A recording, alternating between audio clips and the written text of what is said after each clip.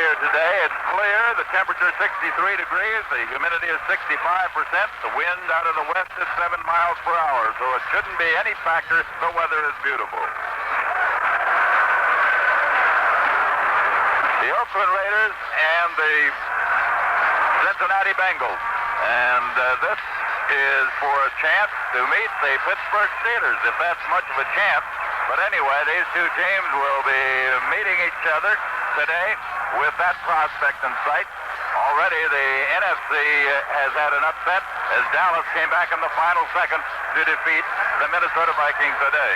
The teams are lining up out here for the opening kickoff, and it will be a duel between the offense of Cincinnati, Ken Anderson, and the defense of the Oakland Raiders. And now with the play-by-play, here's Lindsey Nelson.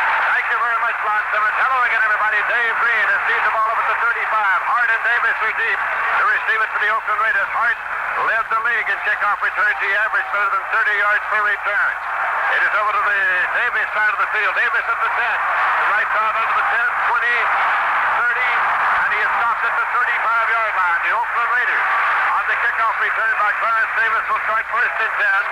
At their own 35, Moore was downfield to make the tackle for Cincinnati. So now Kenny Stabler comes out. He was number 8 in the league among the passers this year. Completed 171 of 293, 58.4%, 16 touchdowns, but 24 interceptions. Front four defensively now for the Bengals. Ken Johnson, Bob Brown, Ron Carpenter, and Sherman White. First and 10. Oakland comes up. Wide receivers double to the left side. Cliff Branch is out there. Fred Biletnikoff's out there. Hubbard is in the backfield, but Davis gets the snap. Davis to the 40, going left now across to the 42-yard line with Tom Casanova hanging on. Big gainer. As Clarence Davis, formerly of Southern Cal, moved it through there to the 42 again. The 7 and 2nd and 3. Gene Upshaw, the left guard, opening up a hole for him.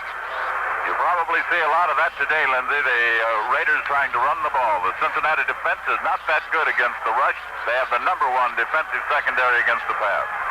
Now Mike Siani's in there, and he is wired to the right side. Second down and 3 yards to go. Here's Marv Hubbard carrying, and he gets it up just short of the 45-yard line. Jim LeClaire, the middle linebacker from North Dakota, came in to make the tackle. So it'll be third down and less than a yard to go. Ball near the 45-yard line. Here comes Pete Banaszak in. He has gained 672 yards, average 3.6. So they'll have a tight alignment here. Dave Casper has come in now as a tight end, so has Warren Bankston. Banaszak, the leading rusher of this Raider team, which is strange until you look back at the fact that Hubbard was injured in the first game, and they've had so many injuries on the offense. Stabler now gets the handoff. Banaszak first and 10 as he goes across the 45 to the 46-yard line. Pete Banaszak, a 10-year veteran from the University of Miami. Bob Brown, an 11-year veteran from Arkansas A&M, made the tackle along with Jim LeClaire.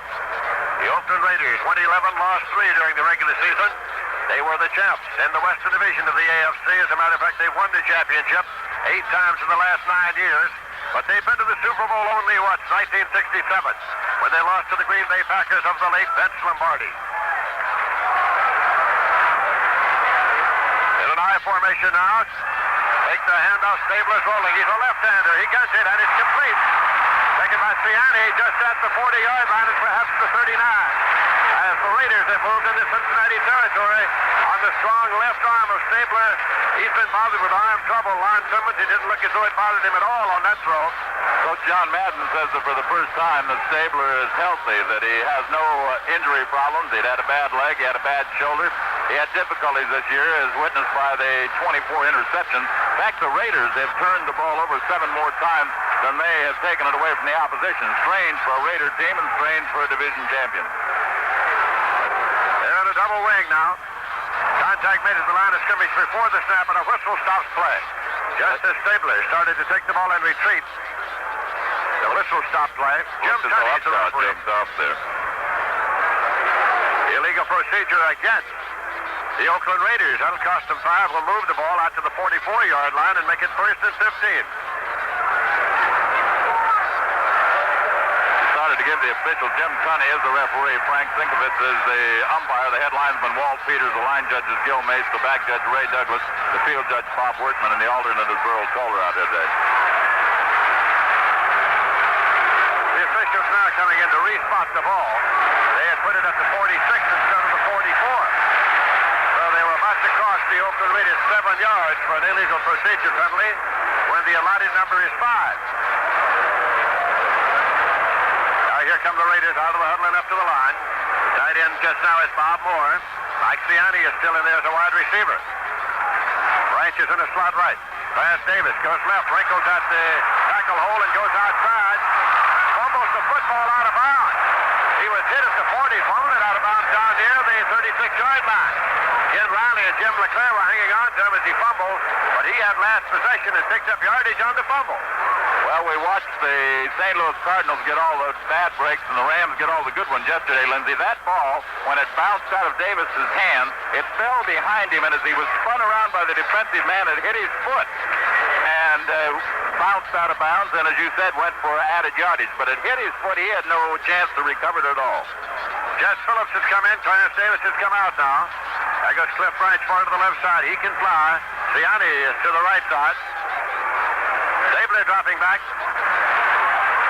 Up this one, and it is complete to the tight end, Bob Moore. And Ron Pritchett came in to make the tackle. Cliff Branch had cleaned out that area, and then the tight end Moore on a crossing pattern ticket went out of bounds at the 26-yard line. First and 10. Ryan Hubbard comes back into the ball game now, and Donizak comes out. And here comes Warren Bankston in as a tight end. First and 10 to the Oakland Raiders. They have the ball at the Cincinnati 26. Cincinnati Bengals with Paul Brown. 1-11 lost 3, the wild card team in the AFC. Twice before they have been in the playoffs. They have never advanced beyond the first round. Now the handoff, and it is taken on a sweep play, and it's Phillips carrying, and he goes down to the 20-yard line. Picks up 6 on the play. It'll be 2nd and 4. Ron Carpenter from North Carolina State made the tackle. Here comes Biletnikoff into the ball game now. Clarence Davis also coming in. Biletnikoff was suspect for this ball game. Fred injured, but probably the greatest pass pattern runner that the game has ever seen. Raymond Berry fans might object to that. Second down and 4 yards to go. Oakland's ball at the Cincinnati 20. Wide receivers left and right. Stabler on a draw play. Gives it off now to Davis. And he is filled at the 24 for a loss of 4. It'll be 3rd down and 8. Ken Johnson, the 5-year veteran from Indiana, the defensive left end, made the stop.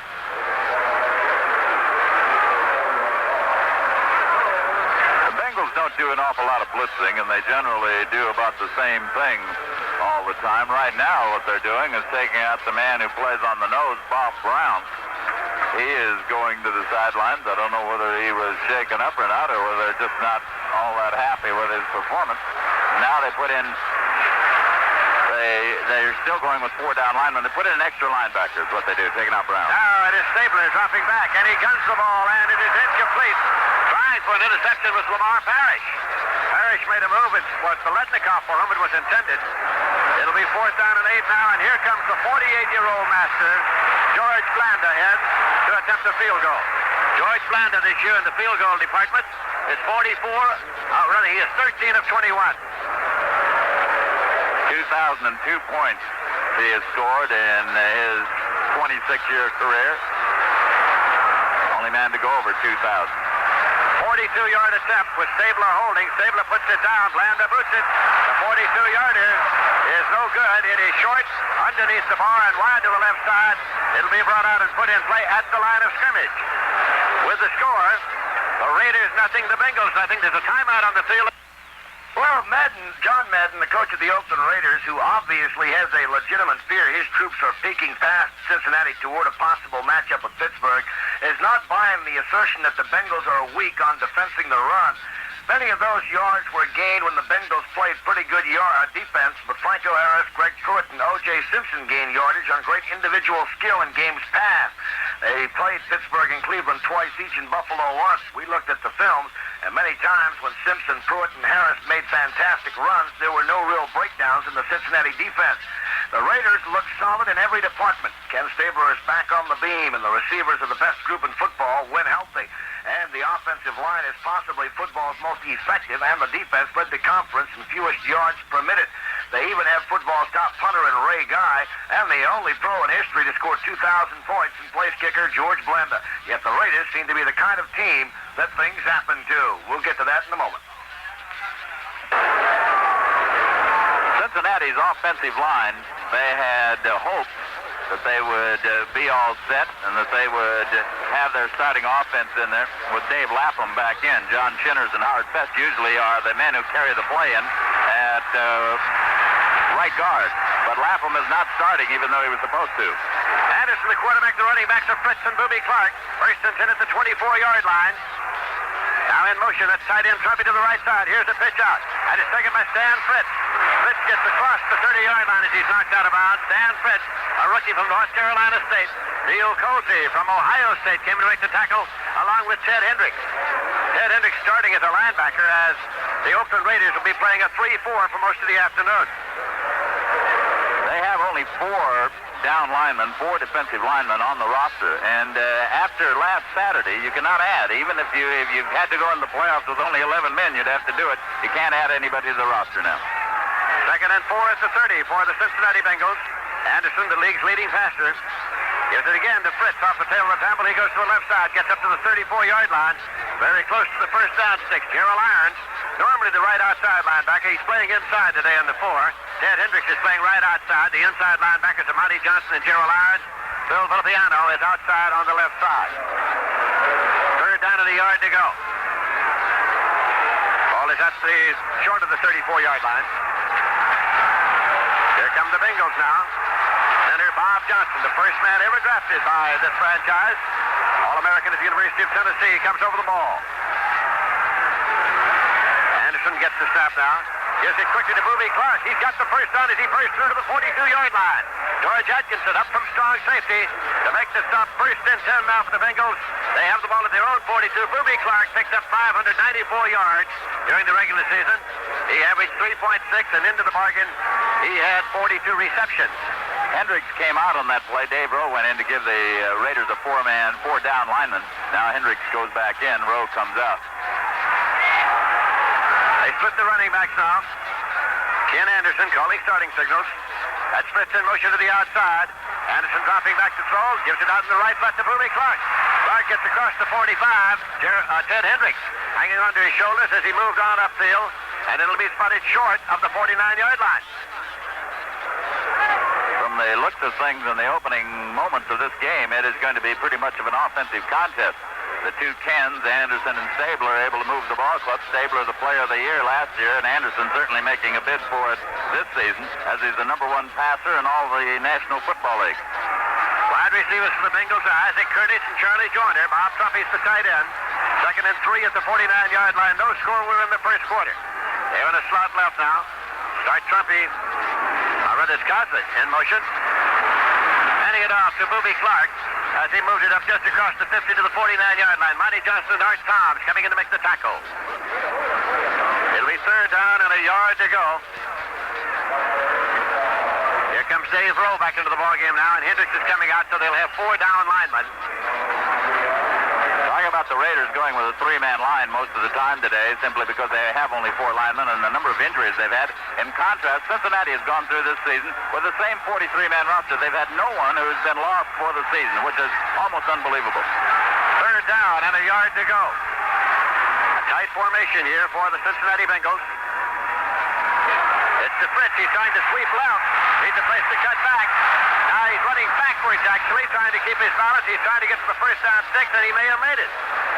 Jack Tatum closed him off along with Otis Sistrunk. He was trying to cut back, got his body turned sideways, and really was stumbling backwards. They're going to bring the chain all the way across the field to measure for the possible first down.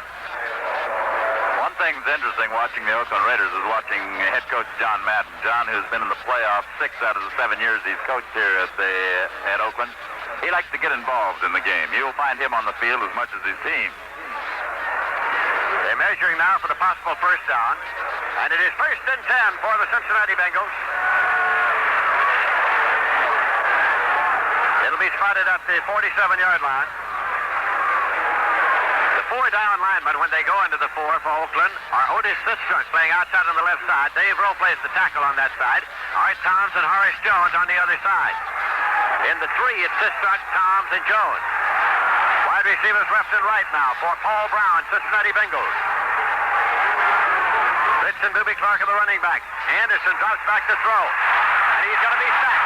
He is sacked back in his own territory at the 47. Ted Hendricks, the man striking Otis Sistrunk got to him for a loss of 6. It'll be second and 16. Anderson is the conference and the league passing champion. Completed 228 of 377 during the regular season. That is an amazing completion percentage of 60.5. 21 touchdowns, 11 interceptions. Ken Anderson from Augustana College in Illinois. He has been sacked 34 times coming into this game, however, so his offensive line has let him get hurt a few times. Wide receivers left and right now. That's Boobie Clark in motion right. Anderson dropping back to throw. And he pops it. It is Chip Myers coming in to make the grab on the ball as Jack Tatum was covering defensively. And it is a completion at the 42-yard line.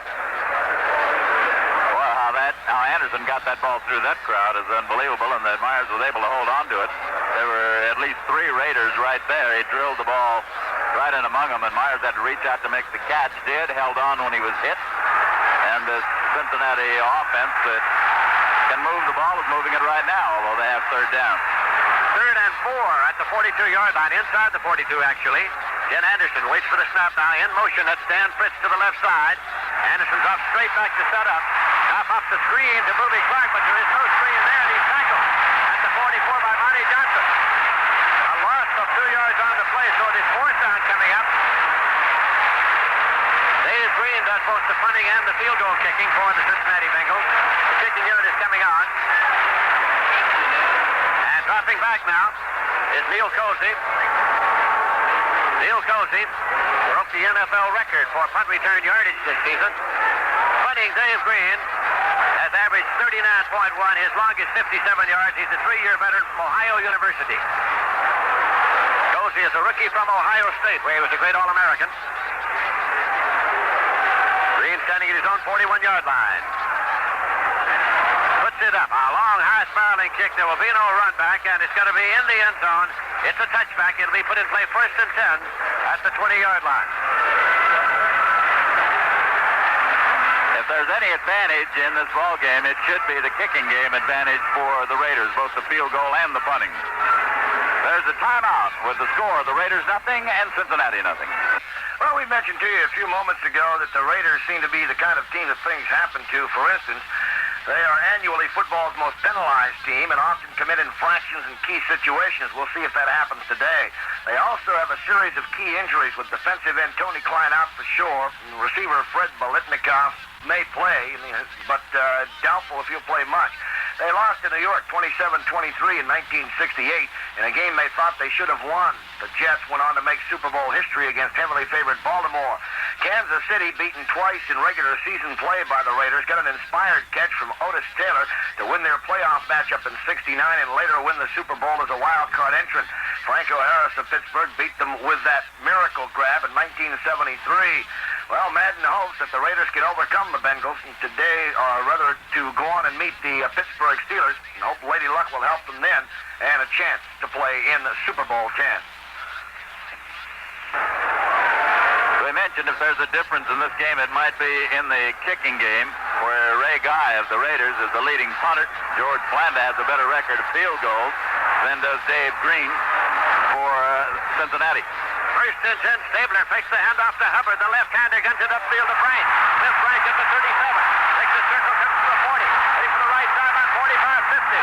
And the speedster, Cliff Wright, goes into Cincinnati territory. 1st and 10, inside the 45. Tom Casanova, the strong safety, finally brought him down. Branch is so fast that he really can take advantage of mistakes. If you remember the Miami game in the playoffs last year, when he fell down, got up and ran for a touchdown. Cliff has that blazing speed that in all sports makes the other team commit the errors. They're so worried about that speed that they're going to do things they ordinarily wouldn't do. It is 1st and 10 at the 44-yard line. Morris Bradshaw is in there now, and he's wide to the left side. Here's the handoff to Clarence Davis. Goes off back and left to the 40, the 35. Still going, and he is out of bounds on the far side near the 25-yard line. Jim Riley pushed him out of bounds. It's being spotted now at the 26. First and 10 for Oakland in Cincinnati territory. It has been said that the Oakland Raiders cannot win the big one. They want to disprove that saying this year. They have been in the Super Bowl only one time. That was in 1967. They want to try to go all the way this year. The Raiders can't win the big one. They won every other one, though. Their record is the best in football. Cliff Rice to the left side. Mike Ciani is wide to the right side. Vanizak is in there, the running back now. Vanizak gets the ball. He's inside the 25 and goes all the way down to the 22-yard line. We pause 5 seconds for station identification. This is Mutual, your news and sports radio network. This is the American Forces Radio and Television Service. This is Lindsey Nelson with Lon Simmons and our Mutual crew here at the Oakland Alameda County Coliseum. It is a bright, sunny day. Temperature at game time, 63 degrees. Second down play coming, 2nd and 7. The ball's at the 23-yard line. Stabler dropping straight back. The left-hander takes a look over the middle, and it is complete. It is down about the 16 to Clarence Davis, who came out of the backfield to make the catch. It's going to be 1st and 10 at the 16. Ron Pritchett from Arizona State made the tackle. Be an interesting battle going on here. Bob Brown, the defensive tackle for the Cincinnati, usually lines up right over the center, either side of him.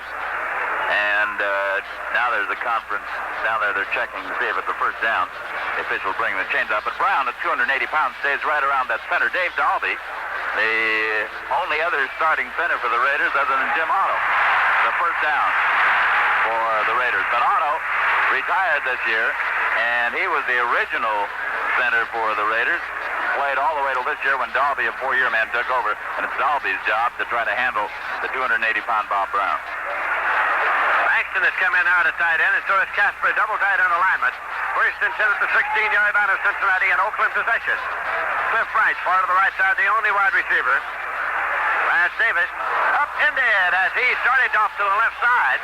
Bob Brown, the 11-year veteran, 6'5", 280-pounder, came in to make the tackle. Obviously, Dalby didn't handle him that time. Second down and 12 now at the 18. Mike Ciani's in the lineup now. Casper has come out. We're in the first quarter. There is no score. Cincinnati does not play a gambling type of defense. They don't blitz their linebackers very much, and they play about 80% man-for-man on pass coverage, which the Raiders will try to take advantage of. 3 minutes, 5 seconds left in the quarter. Stabler drops back to take a look. Guns this one incomplete. Stabler, the left-hander, got it an incomplete pass. Jim LeClaire was covering, and the whole Oakland crowd thinks there might have been pass interference on the play. It's brought back to the line of scrimmage.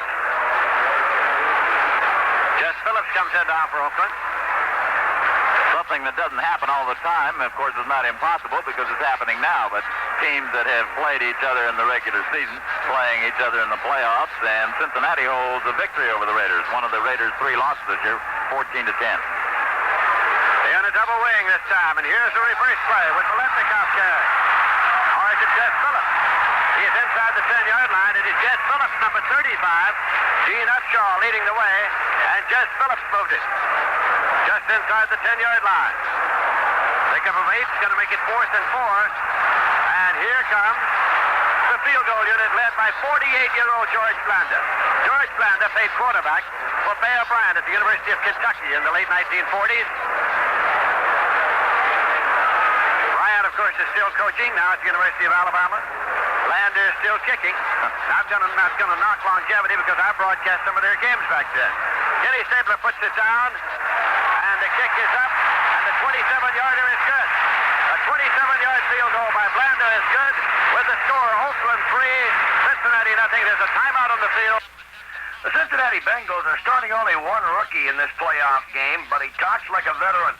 Playing them is no big thing to me, and it's just running back Stan Fritz. I just know they're a very good team, and we can't afford any mistakes. The rookie out of North Carolina State, who was only given a 50-50 chance of making the squad before summer training camp started, has emerged as one of the Bengals' biggest weapons for the playoff. The hard-driving halfback who came on strong late in the season wound up leading the team in touchdowns with 10, 8 on runs, and 2 on pass receptions. He also was the club's second leading ground gainer. Last week against San Diego, Fritz ran 82 yards and 16 carries and caught 3 passes for another 24 yards. He scored 1 touchdown off a run and another on a pass reception. The native of Oak Ridge, Tennessee, sizes himself up as an instinct runner. I'm learning how to find my holes and use my blockers better, but running seems to be like an instinct for me, says Fritz. It always has. The Bengals drafted Fritz in the 4th round after they were impressed by his running in the Bluebonnet game. Talking a moment ago, as we were, about the head coach of the Oakland Raiders, John Madden, in his 7th year with the Raiders. Across the way, Paul Brown, of course, who started out at Massillon High School, is in his 41st year of coaching. Ray Guy is kicking off. Jackson is deep. Bernard Jackson waits, and he takes it at the 8-yard line, to the 10, to the 15, to the 20, to the 25. Jackson to the 26-yard line. So it'll be 1st and 10 for the Cincinnati Bengals. They will start from their own 26.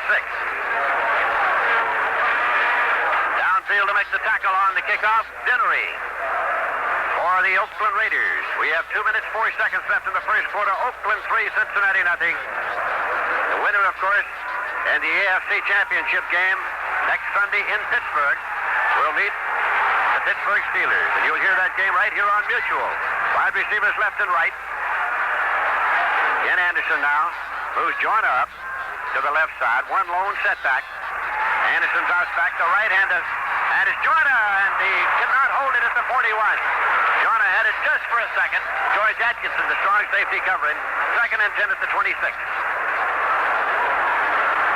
Hendricks is blitzing on about every play. Ted at the right linebacker was a 3-down lineman, and that time he was picked up on the blitz, but being so tall, he got past the blocker finally, put his arms up in the air. Anderson had to throw the ball right between his arms, and that might have bothered his aim a bit. The pass was a little low. Matt Stark came to Oakland after playing out his option at Green Bay. He came to Green Bay after playing out his option at Baltimore. Here's Anderson, takes the handoff, looks and throws right. It's a long one to Joyner, and it's incomplete. It'll be 3rd and 10 at the 26. Alonzo Thomas, who's had 6 interceptions, covering on the left corner. Neil Cosley playing the right corner today. Willie Brown's out. A little interested to see the Cincinnati air attack going to the left side of the Raider defense, the right side of Cincinnati offense, because on the right corner is the rookie Neil Cosley, the number 1 choice from Ohio State. Cosley, who you mentioned set a record 665 yards of punt returns, has also intercepted 4 passes, but he's playing in the place of the veteran Willie Brown, and now Willie Brown goes into the lineup as an extra back. There goes Curtis to a set right, leaving a lone setback, and that's Booby Clark dropping back. Here's Anderson, throws a screen right, taken by Trumpy, the tight end, and Trumpy is filled by Charlie Phillips, the former All-American at Southern Cal, and he filled him back at the 19-yard line for a loss of 7. It's 4th and 17. The punting unit comes on now. I'd say the Raiders knew how to draft. Cosley and Phillips were opponents in the Rose Bowl. Phillips with SC and Cosley with Ohio State. And out here, they're teaming up with the Raiders, and Phillips did a beautiful job on that one. Dave Green is dropping back in deep punt formation. Neil Cosley will return the punt. He's standing at his own 43-yard line. Green averaged 39 yards per kick during the regular season. And that says he's waiting for the long snap. A little low, but he pulls it up and boots it. Cosley moves up now, and he is at his 43, to the 45, to the 50, and that's the end of the line. The Oakland Raiders will start 1st and 10 at the 50. The tackle by Devlin downfield. 59 seconds left to play in the first quarter. The Raiders are leading by a score of 3-0. Ken Stabler played his college football for Bear Bryant at the University of Alabama. Stabler ranked number 8 among the passes in the league, 171 for 293, 58.4%, 16 touchdowns, but 24 interceptions for Stabler. That's Hubbard carrying off right tackle, and Hubbard, the big man, drives right on to the 42-yard line of Cincinnati. Marv Hubbard, a 225-pounder, 7-year veteran from Colgate. Al Beauchamp came in to make the tackle, an 8-year veteran from Southern. Gain of 8 on the play at 2nd down and 2 yards to go. Playoffs yesterday, of course. The Pitt Steelers beat Baltimore 28-10. In the National Conference, St. Louis lost to the Los Angeles Rams. Rams 35, the Cardinals 23. This afternoon in the game heard earlier on Mutual, Minnesota was defeated by the Dallas Cowboys 17-14. As Hubbard carrying off left tackle to the 40-yard line again at 2. Very close to the first down. Jim LeClaire and Ken Johnson converge to make the tackle. Again, the crew looks and they're going to bring out the chain to measure. Jim Tuddy's the referee. He was married last August and 2 days later worked a game between Pittsburgh and Oakland in Berkeley. Spent his honeymoon refereeing a football game. Some of us spend our honeymoons refereeing a lot of things, but I've never heard of a football game. It's a little short, says Tuddy. It's going to be third down.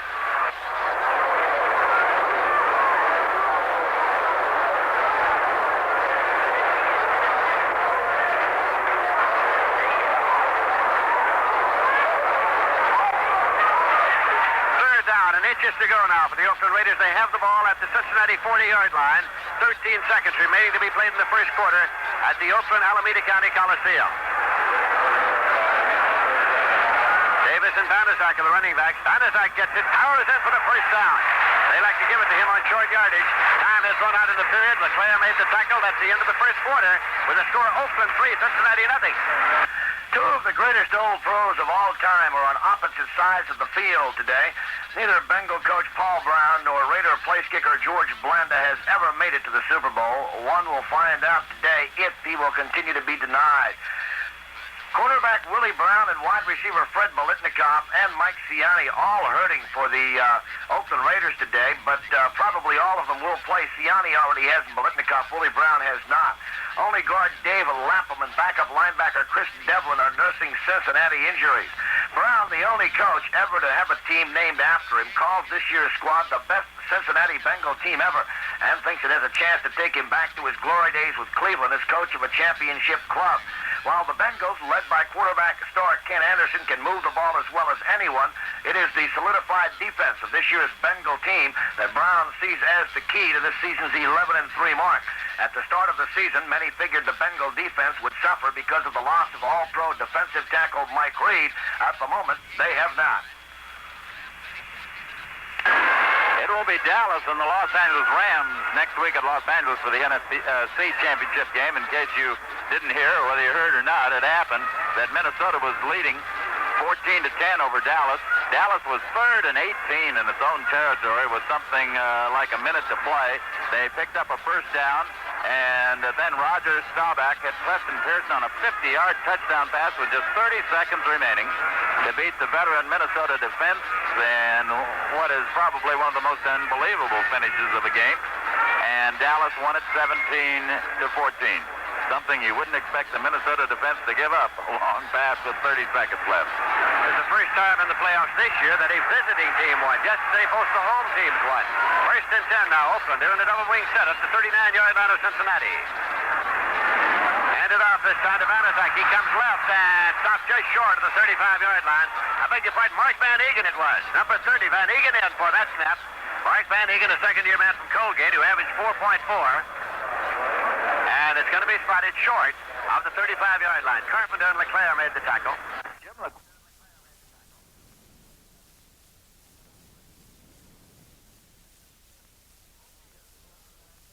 I hope he is, because of the fact that they drew a lot of heat for getting rid of Bill Berge, who was their middle linebacker. Second down and 6 yards to go. The Oakland Raiders on a slot right. This handoff to Clarence Davis. Off tackle right, and just as he crossed the 35, he was popped. Going to be spotted just across the 35-yard line. Al Beauchamp and Jim LeClaire came in to make the stop there. It'll be third down and 5 yards to go.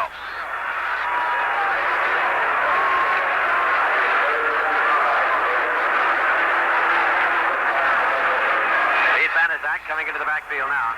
When the chain gang came down at the end of the quarter, they aligned themselves the wrong way. They all got straightened out except one man, who is still in the wrong direction, holding the marker up near the 50-yard line. The markers on either side, of course, that indicate the spot where the line of scrimmage should be. Here's Stabler now throwing a penalty marker, and wide open out there in the middle is his receiver, Clarence Davis. Davis took it.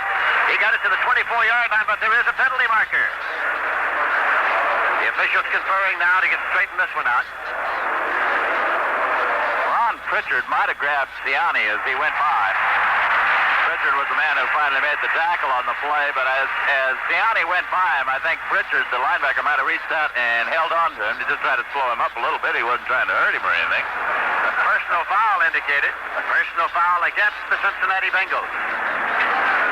Well, maybe he was trying to hurt him. Now Tenney picks the ball up and takes it down to the 12-yard line.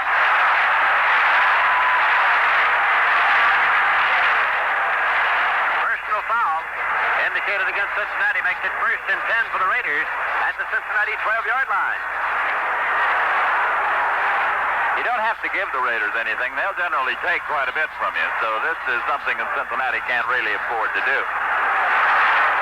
Jess Phillips is in that backfield now. The 8-year veteran from Michigan State picked up just before the start of the season by the Oakland Raiders. Ciani and Bryant are going right. Pete Vanderdyke's in that backfield along with Phillips. They're in the slot right. Stabler handing it off this time. And Jess Phillips to the left side.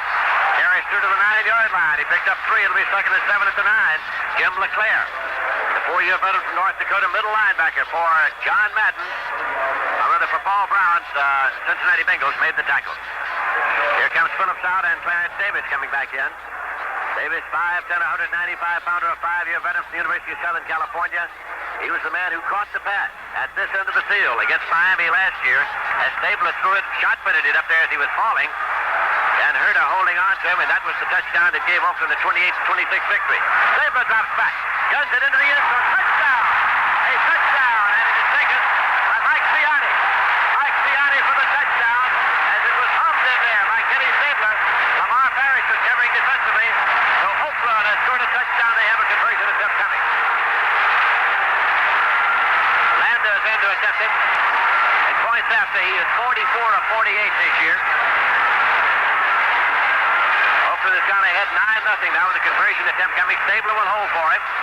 48-year-old George Blanda. Stabler puts it down. Blanda boots it up. And it's good. With the score, Oakland 10, Cincinnati nothing. There's a timeout on the field.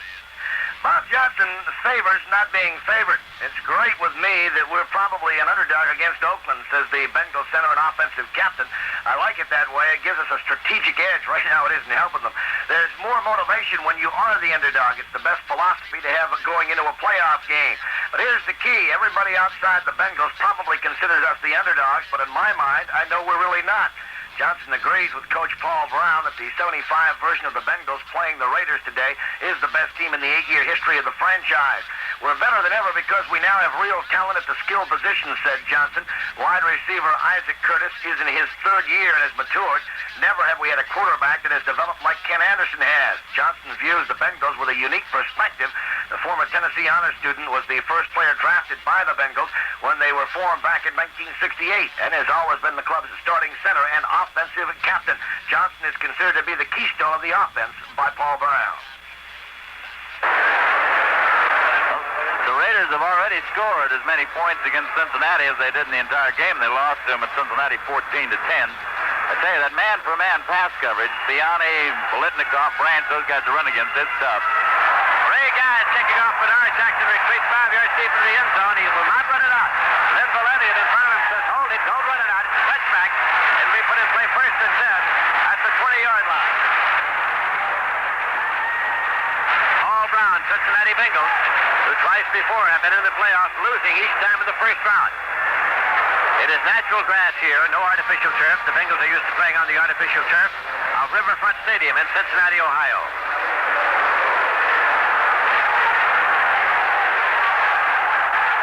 Here they come out of the huddle and up to the line now. Ken Anderson, the quarterback, running backs in an I formation.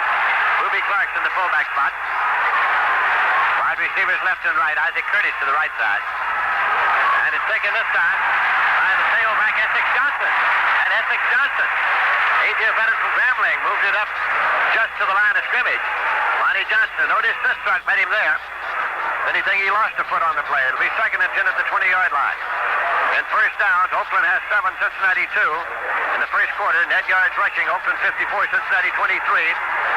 Net yards passing, Oakland 68, Cincinnati 2. Passing, Oakland 4 for 6, Cincinnati 4 for 6. Third down conversions, each team 2 for 4. We're in the second quarter, Oakland leading by a score of 10-0. Dropping back now is Anderson. And he's going to be sacked at the 11-yard line. His receivers recover, and he has no one to throw to. And Art Towns, the veteran from Syracuse, came in to drop him in the pass of the 11-yard line. 3rd and 19. Ted Hendricks is really giving that Cincinnati offense fits. He just fires in at the quarterback. And the Cincinnati blockers are letting him get so close to Anderson when they finally do make contact with him that he's forcing right into the passer, and Anderson's having to be very much aware of him, try to throw the ball up high to get it over him, and as he's looking at him, the rest of the Raiders are coming in at it. Joyner left and Curtis right. Ball's at the 11-yard line as they go to a high count. That is Curtis in motion back to the inside. Take the handoff to him. Essex Johnson carrying right. And he is bounced out of bounds up at the 18-yard line by Monty Johnson. So it's 4th out of the punting unit coming on now for the Cincinnati Bengals. Dave Green does their punting, and Neil Colsey is stopping back to receive the punt. The hand from the Oakland crowd is for the Oakland defense coming off the field. John Madden in his shirt sleeves up and down that sideline. He played 1 year of professional football for the Philadelphia Eagles. This bad field position for Cincinnati also. Dave Green doesn't have the leg, or at least this year he doesn't, to kick him out of trouble. So the Raiders should get another good spot on the field. Bob Johnson stays in again to make the snap in deep punt formation. Puts it back there, Green, and it is partially blocked. Hendricks. Partially blocked by Ted Hendricks. Now it's up to the 30. Rolling along now to the 39-yard line, and Oakland will start first and 10 at the 39. The man short, Ted Hendricks got a handoff. If there's ever been a specialist at blocking punts, it has to be Ted Hendricks. I don't know how many in his career he's blocked, but he's blocked 2 and 3 in a game on occasion, simply because he just has a great speed and tremendous height, and that he gets in there. So Oakland has the ball first and 10 at the Cincinnati 39. Oakland leading 10-0. 11 minutes, 22 seconds left to play in the first half. 22-yard kick. The handoff now, and it is taken by Marv Hubbard. He goes right and gets to the 40-yard line. Ken Johnson coming in on the tackle. End of a yard on the play. I beg your pardon, loss of a yard on the play. Make it 2nd and 11. Big defensive series for Cincinnati. They give up any more points to the Raiders on this drive, and you've got sort of a carbon copy of yesterday's game, the Rams in St. Louis. It's going to be a long, long way to have to try to catch up. Ciani goes to the right side, Bryce to the left side. Ken Stabler, the snake is back. A left-hander, he guns it now to Ciani. He is over near the 29-yard line as he dived and made the catch. He was inbound at the first down at the 29. In advance of the 6 on the far side. First and 10 for Oakland at the Cincinnati 29. Steve Banaszak, the junior veteran from Miami, is coming in. I mentioned yesterday, talking about the Rams, the Minnesota Vikings in the Ram game, that the Minnesota receivers come back to their passer, Fran Tarkenton, when he scrambles around. So do the Raiders. Those two teams do that very well. Ciani that time saw that Stabler was in a little bit of trouble. He came back, ran away from the coverage, and made the catch. Bryce is in slot left now as Stabler drops back to look. Wants to put it up again. He does over the middle. And Cliff Bryce inside the 10-yard line. Tom Casanova made the stop. First and goal at the 8-yard line. Bryce made the catch under heavy pressure at the 8-yard line. Stabler has as much time as he's had so far. He'll pass the eyes out of that number 1 secondary is Cincinnati. There's just no way you can stay with those receivers that long. And the Raider offensive line is keeping everybody away from Stabler back there. He has all the time he wants to throw and look. First and goal at the 8. 3 tight ends in the alignment now. Bob Moore, Dave Casper, Warren Baxton. Davis is back in the backfield for Phillips. Now, an attempted sweep. Davis carrying, and he's cut down at the 14 by Ron Pritchard, the Arizona State linebacker who came in to spill him for a loss. Back at the 14, it'll be 2nd and goal at the 14-yard line. Here comes Cliff Bryce back into the game now. There's when guessing becomes part of the game. Pritchard blitzed, and he's the only linebacker on the Cincinnati Bengals that blitzes very much. He's the only one that's good at it, so they say. But he blitzed to that side, and the Raiders just happen to have the call to that side. Davis comes out, and Jess Phillips comes back in now. Bryce is in. Running backs are evened up. Stabler dropping back to throw now, and he guns this one. It's incomplete. 6-yard line. It's headed for Ciani. It'll be third and goal at the 14. Ciani was thinking about which corner of the end zone he was going to run into, whether he was going to spike the ball, whether he was going to throw it up there, what he was going to do with it, because he had 6 points, he thought. There was one little mistake he made. He didn't hold on to the ball. Harold Hart comes in now for Jess Phillips at the running back. Harold Hart, the 2-year veteran from Texas Southern. He's been a great kickoff return man for the Oakland Raiders. It is third down now and goal to go at the 14. Dropping back is Stabler. And this pass is partially deflected, and Price can't hold it at the 10. It'll be fourth down at the 14. Ken Johnson just got a hand on it to deflect it partially. So here comes George Blanda in again. Oakland is leading by a score of 10-0, and Blanda is going to attempt another field goal.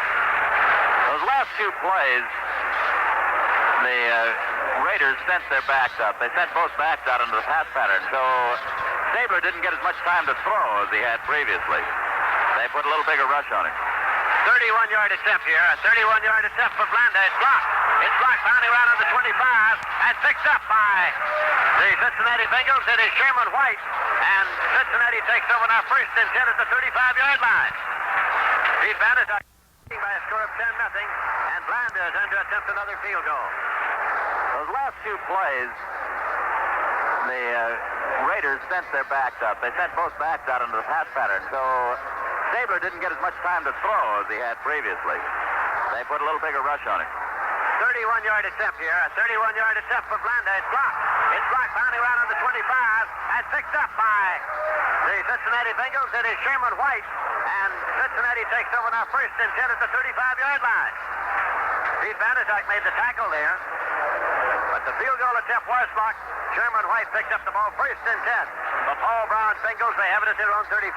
If you don't think that's a big turnaround, Ciani has a touchdown pass in his hands. His timeout is taken on the field, and then the field goal is blocked. With the score, Oakland 10, Cincinnati nothing. There's a timeout on the field. Well, every great basketball team has a 6th man who comes off the bench to recharge the offense. And the Raiders have the same kind of a guy in veteran halfback Pete Banaszak. He wasn't a starter this season, yet he led the team in rushing yards, gaining 672, and he tied Buffalo's O.J. Simpson for the most touchdowns rushing with 16. The pressure is on Banaszak and the other healthy Raiders today. As we said earlier, defensive end Tony Klein is missing this game, although it was announced Tuesday that his knee injury is not as serious as first feared. He won't need surgery and could be ready for a second playoff battle should the Raiders win this one next week against the Pittsburgh Steelers. Other injury problems today, Mike Ciani, and he is playing. He just dropped a pass in this last series. Banaszak, meanwhile, is ready for a full go, but minimizes his own contributions. I have had a lot of opportunities to score, more than anybody else in the club, he said. Anyway, it's a team effort in those short yardage situations. Fantastically big turnaround to keep Cincinnati in this ballgame here in the first half. Lindsey? First and 10 at the 35-yard line. Ken Anderson has wide receivers left and right. Isaac Curtis in motion back toward the inside. Quick pick down. It's taken by Essex Johnson. Upended by Neil Colsey. The right cornerback, Neil Colsey, fired in to upend Essex Johnson at the 29-yard line for a loss of 6. Well, Colsey that time didn't go for the fake on Curtis at all. Curtis moving in like that. He just red run all the way. Fired in there to make the tackle. I think that quite probably Cincinnati may try to set that same thing up later on, see if they can bring Colsey in like that again and let Curtis go down the sideline. In the I formation, Ruby Clark is in the fullback spot. Essex Johnson is the tailback. They start Isaac Curtis from the right, set in motion back to the inside. Make the draw. Now Anderson steps up to throw, and he throws it complete at the 50-yard line. And it is taken by Joyner. He goes out of bounds at the 43. George Atkinson bouncing Charlie Joyner out of bounds. But Cincinnati now has moved into Oakland territory. First and 10 at the Oakland 43. That time the Cincinnati line did a good job of holding the Raiders out. Anderson had a lot more time than he has on any previous play, and the results were evident because he had 2 receivers. It's sort of a strange pattern. He had 2 receivers who were either holding hands or could have held hands. They went by each other. They might have been running sort of a delayed pick out there. And anyway, he got his man free. Chip Myers to the left side. Isaac Curtis to the right side. The running backs evened up. Motion to the outside. Ruby Clark carrying off right tackle inside the 40. Ruby Clark at the 35-yard line. Running hard. Moves to the 35. Where It's going to be second down and about 2 yards to go. Monty Johnson, the middle linebacker, coming in to make the tackle. Here comes Fritz into the ballgame now with the next play. Paul Brown calls every play from the sideline. Normally he uses John Chinnis and Howard Best as messenger guards. However, today he's had to use John Chinnis in place of Dave Lapham as his right guard, so he's shuttling other positions. He's using a wide receiver and backs to bring in the play. Ruby Clark. Now the handoff taken by Fritz, trying to get to the stick. Very close. Bill Villapiano from Bowling Green in to make the tackle. He'll check for the possible first down now. I don't know if Villapiano is the toughest man on the field, but he would have to come awfully close to being the toughest. He is really a rugged linebacker, and when he hit Fritz that time, Fritz just stopped. He didn't advance any further. It looked like he was going to get the first down, but he's about a half yard short. Third down, short of the 33-yard line, and there'll be 4 down linemen in there now as Hendricks has come out and Rowe has come in for Oakland. They're bunched up. Anderson handing it off. Already he keeps it and fakes the handoff. The long pass to the end zone. And it is incomplete. Incomplete way down there. George Atkinson was covering defensively down in the end zone as Isaac Curtis had run that spread down there. We pause 5 seconds for station identification. This is Mutual, your network for news and sports. This is the American Forces Radio and Television Service. This is Lindsey Nelson with Lon Summers and the Mutual crew. There was a penalty marker on the last play against Oakland. Jim Tunney, the referee, comes out to indicate offside against Oakland. Moves the ball to the 29-yard line and gives Cincinnati a first down. First and 10 now for the Bengals. As they try to get something on the scoreboard, Oakland is leading by a score of 10-0. George Atkinson was trying to complain that there should have been pass interference against Curtis in the end zone, but he wasn't getting any straight answers from the official. Running backs in an I formation. Fritz the tailback. Ruby Clark's the fullback. This is Fritz over his own right guard. Gets to the 27-yard line as Monty Johnson came in to make the tackle, the 3-year veteran from Nebraska. Again at 2, it's going to be second down and 8. Morris Jones from Louisville assisting on the last tackle as well. Here comes Joyner into the ballgame now for Cincinnati along with Bruce Coslett. One of them bringing in the next play from Paul Brown, who says he will continue to call the plays as long as the Bengals continue to win. He has done that, of course, since he became a professional coach. He called the plays for Otto Graham during his years as head coach of the Pat Cleveland Browns. Second down and 8 yards to go. Fake handoff. And now here's a pass to Ruby Clark at the 15, the 10, the 5. Ruby Clark now out of bounds at the 1-yard line. Ruby Clark coming out of the backfield to take the pass. Bounced out, trying to get to the flag. He's out of bounds at the 1. George Atkinson, Alonzo Thomas. It'll be first and goal at the 1. Well-designed play. Cincinnati taking advantage of Ted Hendricks blitzing on that one as Hendricks was putting the pressure on Anderson, who rolled out to the near side, but that left that side of the field open for the back to get into an open area, which he did. There's timeout, and with the score right now, the Raiders 10, Cincinnati nothing. Cincinnati rookie defensive back Marvin Cobb is back on the bench today, and the Raiders are probably happy. Cobb was the player most responsible for the Bengals beating Oakland 14-10 in the October 19th regular season game. In for his first series of plays from scrimmage as a pro, Cobb intercepted a Ken Stabler pass late in the third quarter and dashed 52 yards for the winning touchdown. For good measure, Cobb picked off another Stabler pass in the Cincinnati end zone in the final period to help preserve the win. But Cobb doesn't figure to get any interceptions today. He doesn't even expect to play. I'm looking forward to going out to Oakland, but I doubt if I will get in, says Cobb. I got my chance when the veterans were hurt, and they're back in there now. Cobb got into that October 19th game only because veteran cornerback Ken Riley had suffered a minor injury. The Bengals gave the game ball to Cobb, and long after the game ended, the rookie from Southern California was still clutching the trophy, saying, "I'm dreaming. I know I am. I didn't even expect to be playing." Ruby Clark, who carried that ball down the 1-yard line, was injured on the play, but he's on his feet now. He's going to the sidelines. He's all right, or appears to be all right. Easy for me to say up here. I didn't have to run into the cement wall and 3 or 4 of the Raider players. Ruby Clark did, but he went to the far side and seems to be capable of returning to the ballgame. Cincinnati trying to make a big turnaround here. Ed Williams is in there in place of Clark now in the I formation. It's Williams and Fritz. First and goal at the 1-yard line. Anderson's waiting for the snap. Gets it to Williams. He dives into the goal line and did not make it. He's pushed back. He tried to go up and over. Phil Villapiano met him, along with Otis Sistrunk. So it'll be second down and goal for Cincinnati inside the 1-yard line.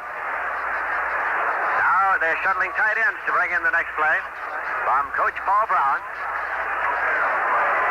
It is Bruce Cosmet coming in now from the University of the Pacific. Paul Brown is the only coach that the Bengals have ever had. Here they come up to the line once again. It's Williams ahead of Fritz in the I formation. Ken Anderson moves up now behind his center, Big Bob Johnson. Anderson waits for the snap, gives it to Fritz, and Fritz dives off tackle for the touchdown. Fritz took it in, and the Cincinnati Bengals are on the scoreboard now. It's 10-6 for the conversion attempt coming for the Bengals. Oakland leading.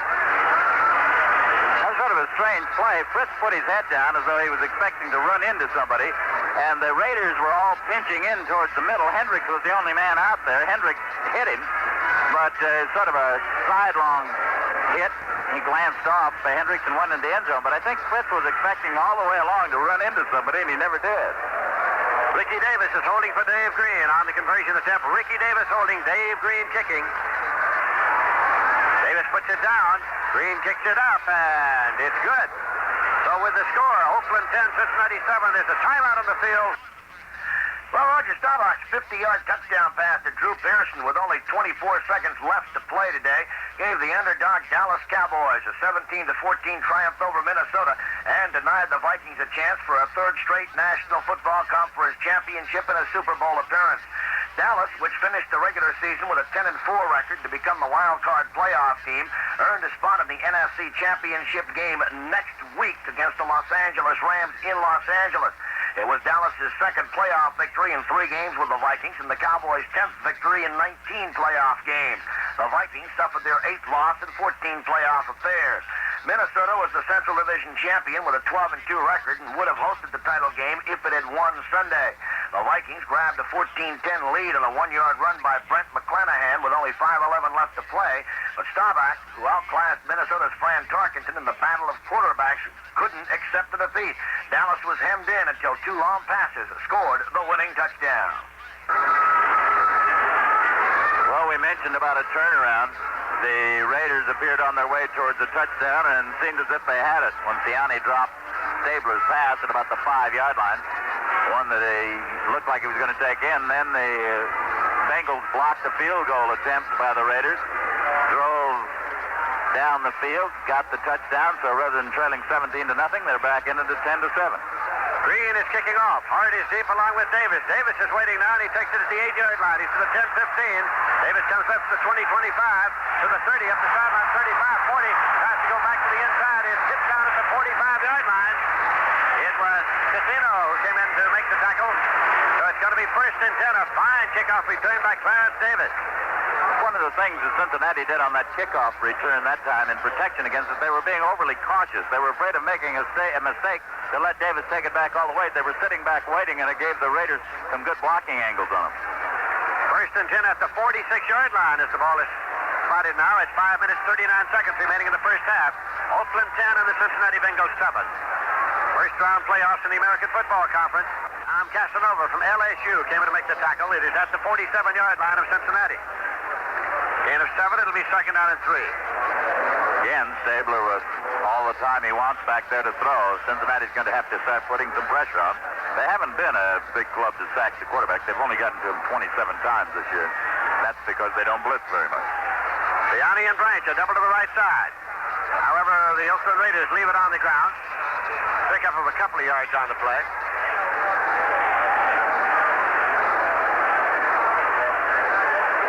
Carried the ball down to the 45-yard line before Sherman White came in to make the stop. It's going to be spotted, however, at the 46.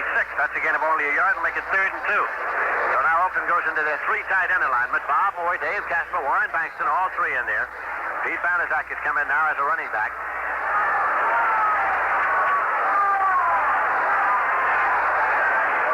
Stabler gives it off to Banaszak. He comes left and is pushed back. He got about a yard on the play, and Bob Brown was in to make the tackle, so it'll be 4th down coming now.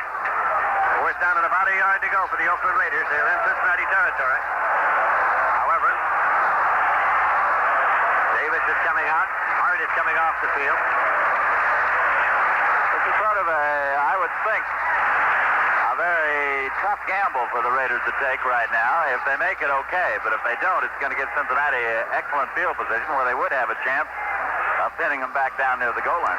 They're going to go for it now. Banaszak and Davis for the running backs. 4th and 1 for Oakland. A tight alignment here at the 45-yard line of Cincinnati. Cincinnati bunching the defensive end. Moving quickly was LeClaire, and he is offside.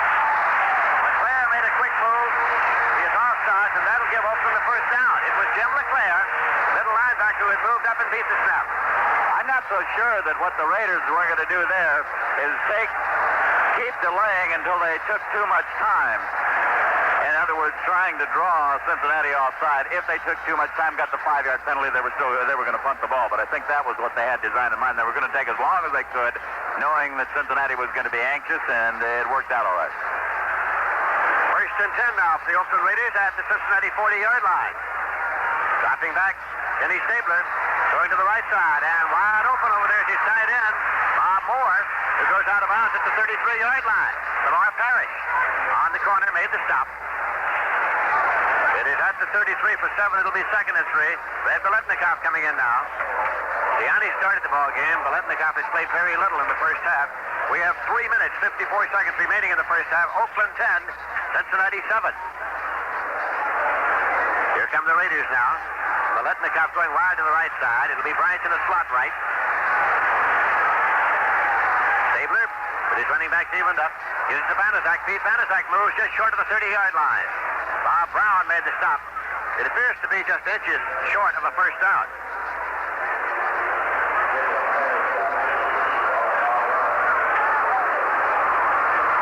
Put a new ball in play here, and again, the 3 tight end alignment for John Madden's Oakland Raiders, who won 11 games and lost 3 this year, to win the championship of the Western Division of the AFC for the 8th time in 9 years.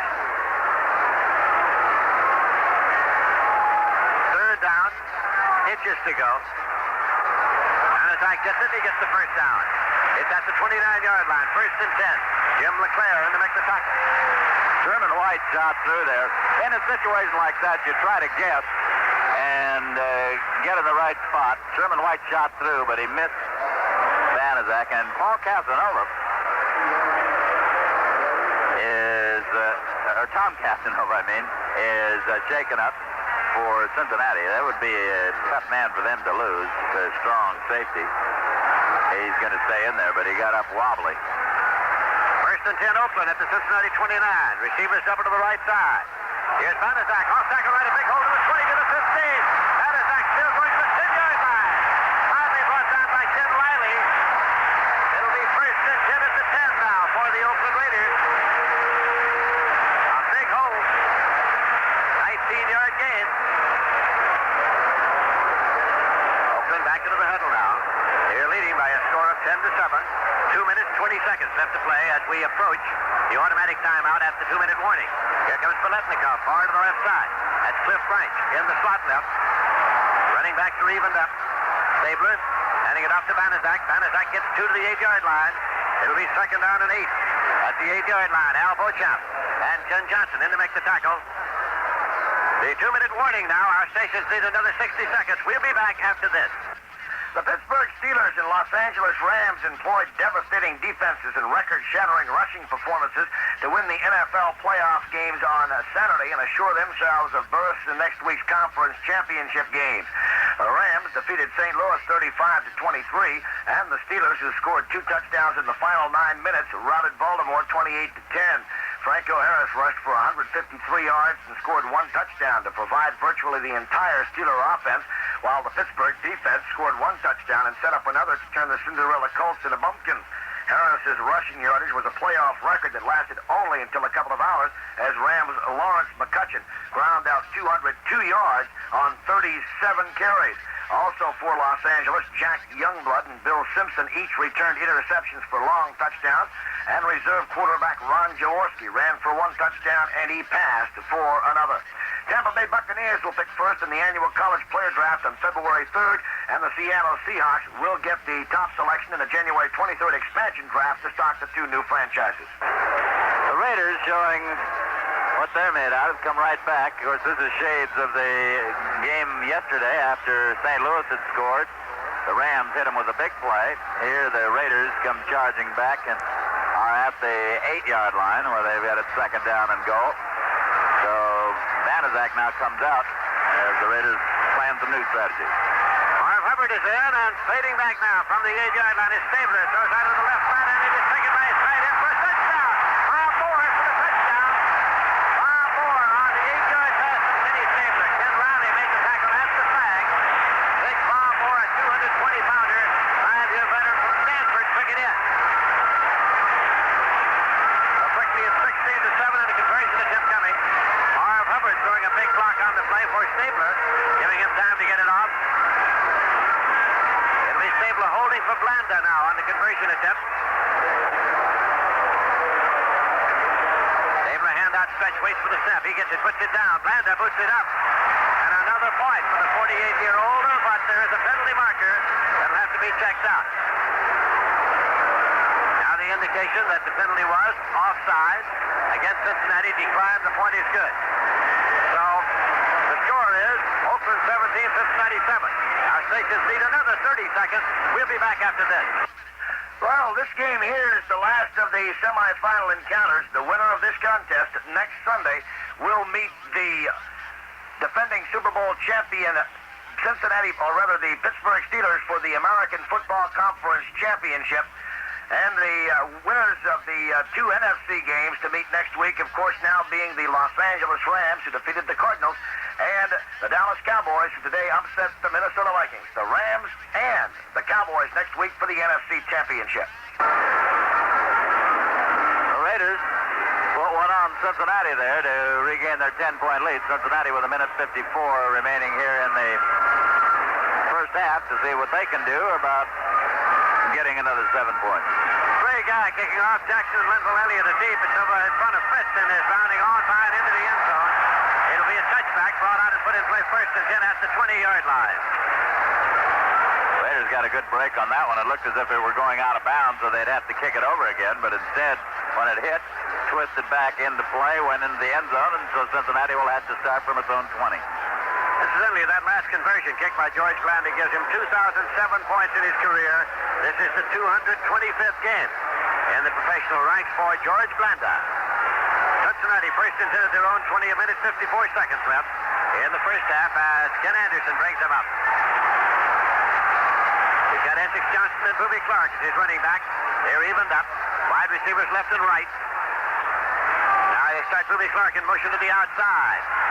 Anderson over the middle and complete at the 35 and all the way up to the 38-yard line. Bill Villapiano, the defender there, as Myers came in to make the catch. He's on a left set. They're going to go without a huddle here now.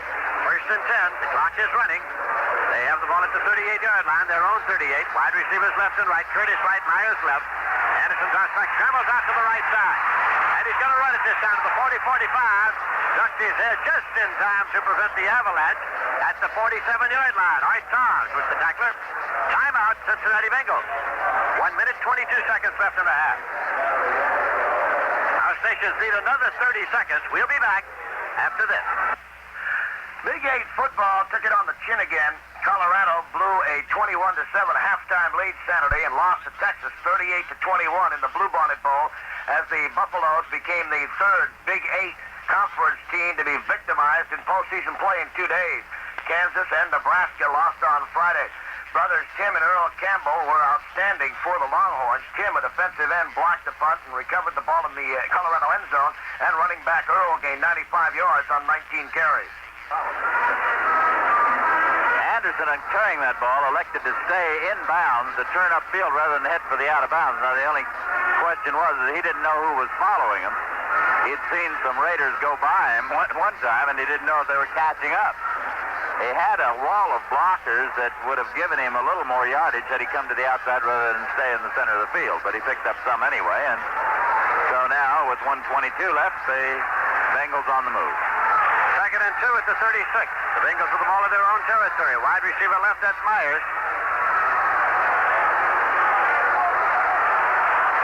Now a penalty marker is thrown, and Anderson is stuck. There was trouble with the formation. The wide receiver moved. Then they sent it back in motion. It was Jim Tunney's flag thrown. Hendricks was in there to sack Anderson. And so they'll likely decline the penalty and take the ball back there because he is sacked at the 34. His own 34-yard line.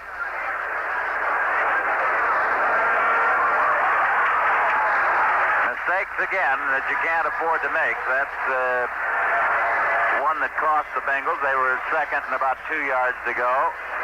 They could do a few other things. The Raiders couldn't be exactly sure what they were going to do. Now the Raiders can be definitely certain, and they send in a couple of defensive backs. Charles Phillips and Willie Brown go in to help out the defensive secondary. It is 3rd and 14 as the Bengals have the ball on their own 34. The in-motion penalty declined, of course, by Oakland, so that the down count. As it Curtis far to the right side, Myers to the left. Now they fake the handoff. Anderson has the ball, and he guns it, and it's incomplete. He was trying to thread a needle to Myers. The ball was deflected, and Jack Tatum was trying to get to it. So 20 minutes comes on now for the Cincinnati Bengals. 1:14 on the clock in the first half. The hand again is for the Oakland defense. Siani's going back deep now with Neil Colsey to receive it. It'll be Siani upfield, and Colsey, the lone deep man, to receive the punt of Dave Green, who goes back inside his own 20-yard line. Oakland is leading a 10-point advantage, 17-7. We're late in the second quarter in Oakland, California. Bright, sunny afternoon here. Johnson snap, taken by Green, gets it off. Neil Colsey retreats, takes it at the 23. Runs left to the 25, turns upfield to the 30-35, inside to the 40-45 to the 50, goes to the 45-40, 35-30, and bounced out of bounds at the 31-yard line. Penalty marker thrown. It should have been clipping on the run back. A penalty marker thrown, trailing Neil Colsey. He's on the near side of the field, and one of the Bengals was knocked completely out of bounds, and I think he was knocked out on the clip. The officials in conference now about the penalty marker thrown well back upfield near the midfield marker.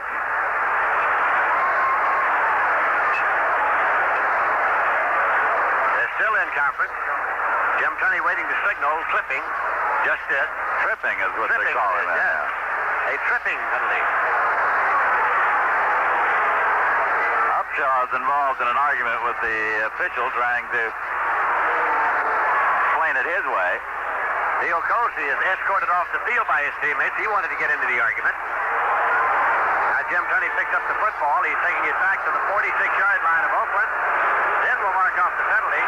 Stabler there gets the answer from Tunney as the ball is being taken to the inbounds marker. Started 1st and 10 at the 30-yard line. So the Raiders have the ball at their own 30. 1st and 10 on a tripping penalty against Charles Phillips. Southern Cal star. We have 59 seconds left to play in the first half. Oakland 17, Cincinnati 7. Here comes Steve Banaszak into the backfield. Marv Hubbard is coming out.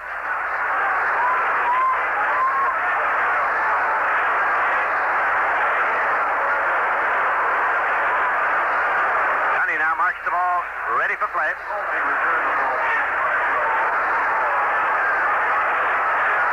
Siani to the right side, and Cliff Wright will be on the slot right.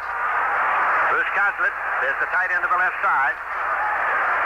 And off to Pete Banaszak. He comes off the left side to the 32-yard line. It'll be 2nd and 8 at the 32 as Chairman White, who played his college football at the University of California in Berkeley, came in to make the tackle. Here's where you really have to be able to read your keys if you're a defensive ball player, because you've got Banaszak in there who runs the ball up the middle. You've got the wide receivers with great speed.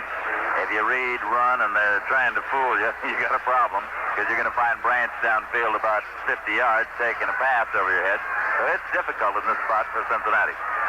Banaszak and Clarence Davis. It's Banaszak again, and he goes over his own left guard and is stopped at the line of scrimmage for no gain. It'll be 3rd and 8. For the Oakland Raiders at their 32, Bob Brown came in to make the tackle. 8 seconds and the clock is running. 7 seconds, 6 seconds, 5, 4, 3, 2, 1, and there's the gun. That's the end of the first half with the score, Oakland 17, Cincinnati 7. Other college football basketball played on Saturday. Southern University came back from a 12-0 deficit to beat South Carolina State 15-12 in the Pelican Bowl in New Orleans. In the fourth quarter, Southern pulled ahead. James Johnson passed to Isaac Hagans for 36 and 39 yards to set up a 9-yard scoring run by Michael Bryant after the quarterback had lofted a 29-yard TD toss to Ron Steele. A lot of professional basketball played on Saturday. The Buffalo Braves lifted their suspension of the scoring leader Bob McAdoo just in time for the big center to lead the team to a 130-105 home victory against the Philadelphia 76ers. McAdoo scored only 18 points, but he grabbed 13 rebounds and had 5 assists and 2 steals. McAdoo was suspended Wednesday because team officials suspected him of faking a back injury. In other NBA games, Houston stopped Golden State 113-110. Los Angeles beat Seattle 109-100. Chicago dropped Detroit 112-99. Cleveland downed Washington 106-100. Atlanta got by Milwaukee 87-82. And the New York Knicks topped New Orleans 108-101. Over in the American Basketball Association, Denver bombed the New York Nets 130-113, and Indiana dumped Virginia 97-94. Total of 6 games on tap in the National Basketball Association this evening. Cleveland is playing host to Buffalo. Kansas City is also hosting the Detroit Pistons. Phoenix travels to Milwaukee to play the Bucks. Golden State is at Portland. The Houston Rockets travel up to Seattle to do battle with the Supersonics, and it'll be the Boston Celtics against the Lakers in Los Angeles.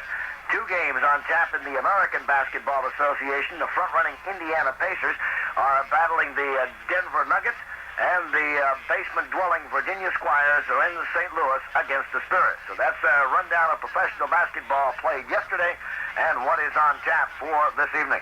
Right now, a 10-point lead for the Raiders in this AFC playoff battle, 17-7. And the winner of this game, of course, to go on to meet the defending Super Bowl champion Pittsburgh Steelers in the AFC Championship game next Sunday. Taking a look at the scoring here in the first half, the Oakland Raiders appeared as if they might just blast Cincinnati right out of the stadium in the first half. George Blanda missed a field goal on the Raiders' first offensive try. Then Blanda, 48-year-old leading scorer in National Football League history, kicked a 27-yarder to give the Raiders a 3-0 lead. In the second quarter, Stabler threw to Mike Gianni for a touchdown that put the Raiders in front 10-0. Then came the turnaround that kept Cincinnati in the ballgame because the Raiders were driving for another score, but Gianni dropped the pass at about the 5-yard line when it appeared he could take it in for a touchdown. The Raiders had to settle for a field goal try. That field goal was blocked by Cincinnati out to about the 35-yard line. They took over there and drove to a touchdown with Stan Fritz going in from 1 yard out to make it 10-7. The Raiders came right back, culminating a drive on a Stabler to Moore pass for 8 yards, and it was 17-7 as Blanda added the extra point, his 5th point of the day and 2007 in his career. And the score right now, the Raiders 17 and the Cincinnati Bengals 7. More of our halftime feature after this. It's been a pretty disappointing season so far for the St. Louis Blues, but there's one thing the NHL team excels in, and that's shorthanded goals. The Blues got their league-leading 11th shorthanded score last night in a 4-2 triumph over the Vancouver Canucks in St. Louis. Chuck Lafleur poked home his 7th shorthanded goal of the season in the second period and added another tally in the final stanza. Also in the NHL Saturday night, Pittsburgh edged Atlanta 3-2. Montreal skated past the Minnesota North Stars 2-1. Chicago buried the Toronto Maple Leafs 4-1, and Los Angeles crushed Kansas City 9-4. In the WHA, Phoenix trounced Denver 10-0. Houston shut out the Minnesota Fighting Saints 5-0. Quebec crushed Edmonton 6-3. Indianapolis nipped Cincinnati 2-1, and Cleveland blanked the Toronto Toros 5-0. So 3 shutouts in the WHA on Saturday. Right now, more halftime activities going on out at the Oakland Coliseum. Let's go back and join Lon Simmons. Next Saturday at Stanford Stadium, here in this general vicinity, the 51st annual Shrine East-West game, one of the classics of the All-Star game, and the oldest, I guess, of the All-Star games. They're certainly very close to being the oldest. We'll find that out as we're going to talk. All right, Lon Simmons, it's Ray Guy back to kick off. Bernard Jackson is deep. And he's standing on back. And Jackson takes it 2 yards deep in the end zone. Goal line, 5 to the 10 to the 15 to the 20. And he is clotheslined by Charles Phillips. Phillips clotheslined him at the 20. He fell forward to the 22-yard line. They'll start 1st and 10 right there. Hang your washout on that one. He got him right under the chin, and that was as far as he went. Part of his body went, but his head stayed right there. Jen Anderson was 10 for 7, 80 yards passing in the first half of the ball game. The Bengals trail by 10 points.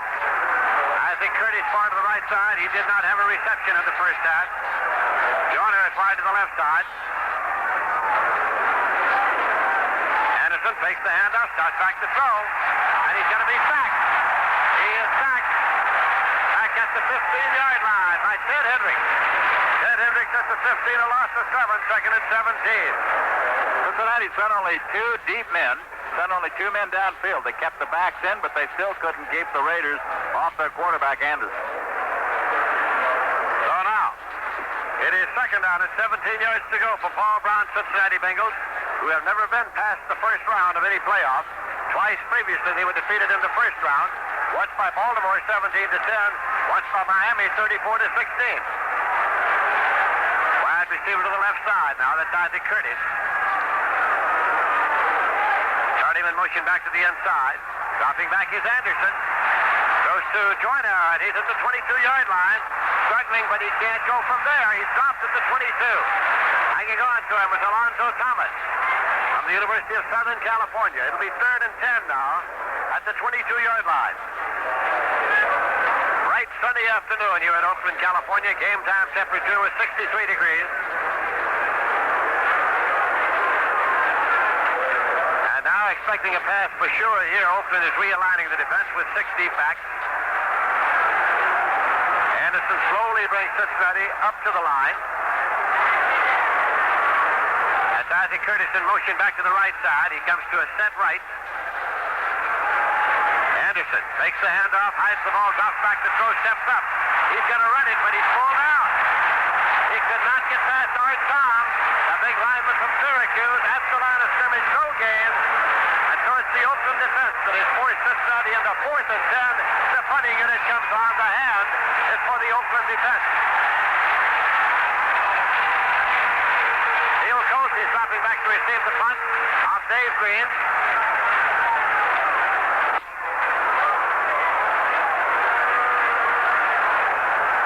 Dave Green kicked 4 times for a 37-yard average in the first half.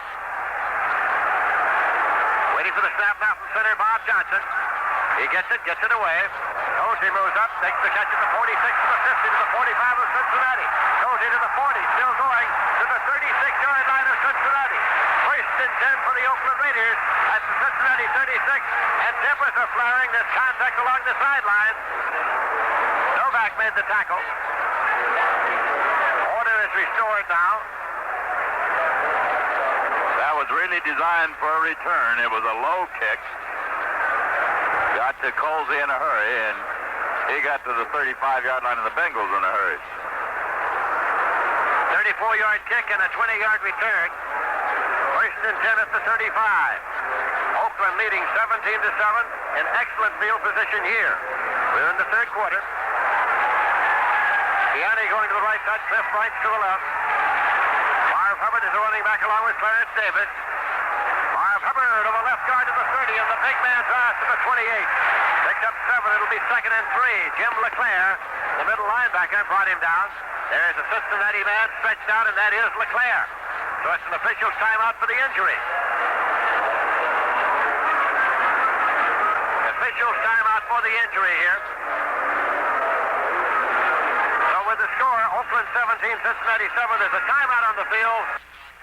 Bob Lemon is the new pitching coach of the New York Yankees. The 55-year-old Lemon, who had 7 20-game seasons with the Cleveland Indians, is a leading Hall of Fame candidate in next month's voting. Was a scout last season for Atlanta. The former Kansas City Royal manager replaces the ailing Whitey Ford on the coaching staff. Despite years of a mismatch, champion Muhammad Ali is determined to go ahead with his title fight against Belgium heavyweight Jean-Pierre Coupon. The European Boxing Commission has refused to sanction the February 28th bout, which is still hunting for a location. Koopman, winner of 21 of his 24 fights, is so little known that when the fight was first announced, the spokesman for Ali identified him as Koopman. A horse owned in part by movie actor Rod Steiger upset a horse co-owned by TV star Telly Savalas in the $56,000 California Breeders' Stakes at Santa Anita Saturday. Stained Glass outgalloped Telly's Pop, the West's top 2-year-old, and 4 other juveniles in the 7-furlong sprints. And tomorrow night we'll be in the state of Florida in Jacksonville to bring you the Gator Bowl football game. Al Wester and I will be there to bring you the play-by-play on Mutual tomorrow night. The Gator Bowl from Jacksonville, Florida. LeClaire is up now, being assisted over toward the sideline. And Glenn Cameron is coming at middle linebacker for Paul Brown, Cincinnati Bengals. The Oakland Raiders have the ball, 2nd and 3. They have it at the Cincinnati 28-yard line. The winner of this game plays the Pittsburgh Steelers, the defending world champions, in Pittsburgh next Sunday. That's January 4th. And we'll bring you that AFC championship game here on Mutual, on many of these Mutual stations. Cameron in their middle linebacker is a rookie. He's from Florida, as we keep talking about Florida here. And he's a rookie, 231 pounds, 6'2". Here's a handoff, and it is being taken to the left side by Clarence Davis all the way down to the 12-yard line. Bernard Jackson made the stop. Clarence Davis found a big hole and raced through to the 12, first and 10 at the 12-yard line. The Oakland Raiders trying to put this game away here early in the third quarter. A gain of 16 yards for Clarence Davis, formerly of the University of Southern California. The Raiders have gone heavily for USC and Ohio State players, figuring if you go to the Rose Bowl, you got to be good. They have 8 from those 2 schools on the team, 5 from SC, 3 from Ohio State. Worked out rather well for them. This is Marv Hubbard, the big man. He gets through the 6-yard line, stretches his body out, trying to get it to the 5. It's going to be marked outside the 5. Tom Casanova and Bernard Jackson made the stop. Here comes Pete Banaszak in now. Got to be second down at 4 yards to go at the 6.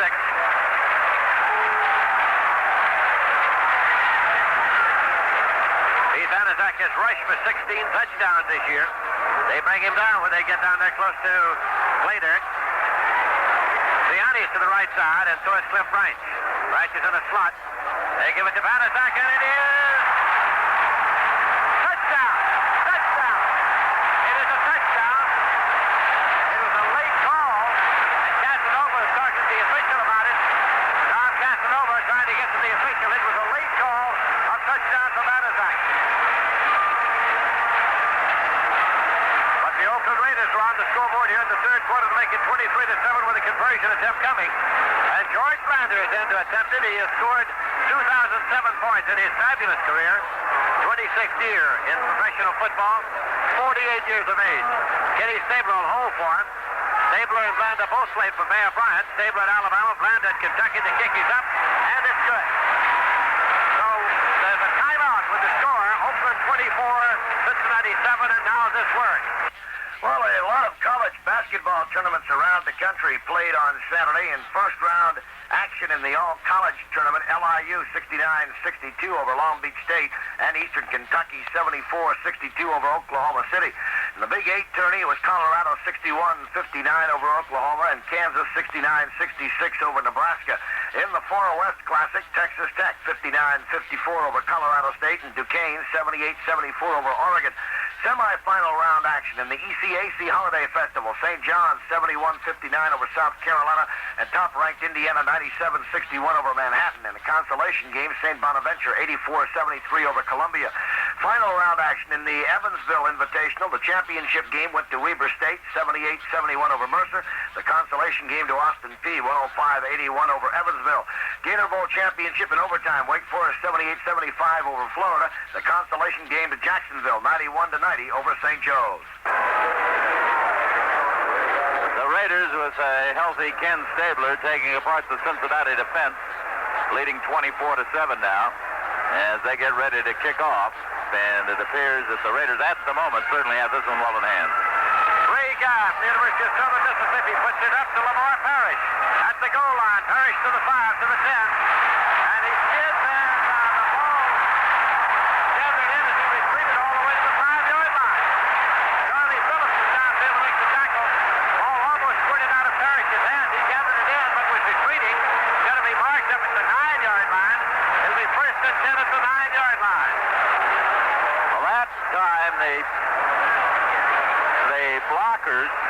trying to set up the lane for Parrish left too soon.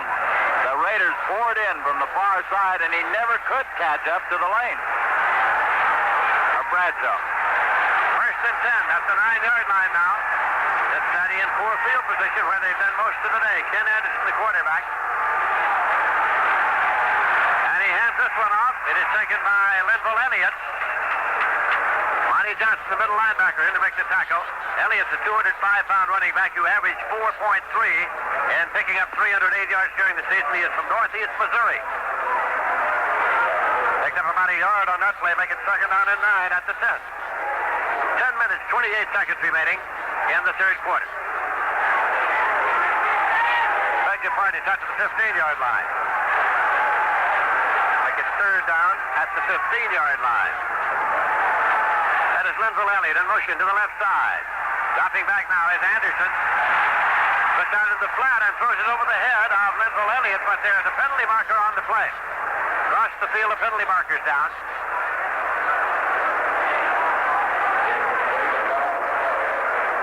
Jim Tunney, the referee now, indicating holding against Oakland.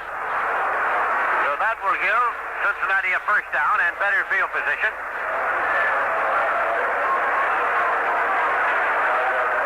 They've been doubling up, have the Raiders, on Curtis most of the day, and as a consequence, Curtis has not been able to catch the ball. The Raiders, conscious that Anderson's going to have to throw when they were down 17-7, they were conscious of that. Now 24-7, they know he's going to have to put the ball in the air. So it's going to be difficult for him to get the ball to Curtis now. Curtis goes wide to the left side. He played his college football at the University of California. Is personally acquainted with most of the Raiders from his experience of living in Oakland, which he does in the off-season. First and 10 at the 25. Trumpy in motion to the left side. Linville Elliott gets the pitch. Boobie Clark throws a block for him. Elliott goes across the 25-yard line. Gets it on up to the 29. Gerald Irons in to make the tackle from Maryland Eastern Shore. Going to be short of a first down. It'll be second and about 1 at the 29. I assume that Cincinnati figures right now that the Raiders are going to give them the run, so they'll just go ahead and take it, being as there's a lot of time left here in the third quarter. 9 minutes and 35 seconds remaining, so they're probably just going to take that short stuff that the Raiders are giving them. Hope to catch up later. It is offensive Paul Brown shading his eyes from the bright sunlight, pacing in front of the bench of the Cincinnati Bengals. Here's a play going up the middle. Moving out to about the 33 for a first down. It was Boobie Clark carrying for the first down at the 34-yard line. Gerald Irons and Monty Johnson came in to make the tackle. That's Cincinnati's 9th first down of the ball game. 8 minutes, 58 seconds left in the third quarter. Oakland 24, Cincinnati 7. Here comes Jordan to the right side. Isaac to the left side.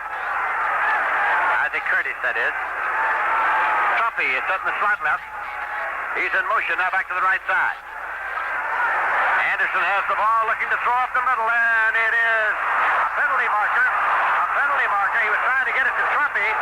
Trumpy was hit up there at the 43-yard line by Jack Tatum, from All-American at Ohio State. A penalty marker immediately thrown, and referee Jim Tunney indicates interference against the Oakland Raiders. It'll be first and 10 for Cincinnati, just outside the Oakland 42.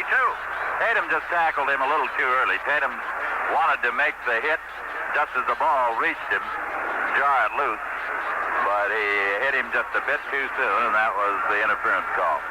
Isaac Curtis goes to the left side, joined to the right side now. Anderson brings him up, and the running backs evened up. That's Boobie Clark and Linville Elliott. Now motion back to the inside by Isaac Curtis. Now Anderson looks, and he hits his tight end Cassidy on the far side. He's inside the 35 to the 34-yard line. Neil Colsey, Gerald Irons on the tackle.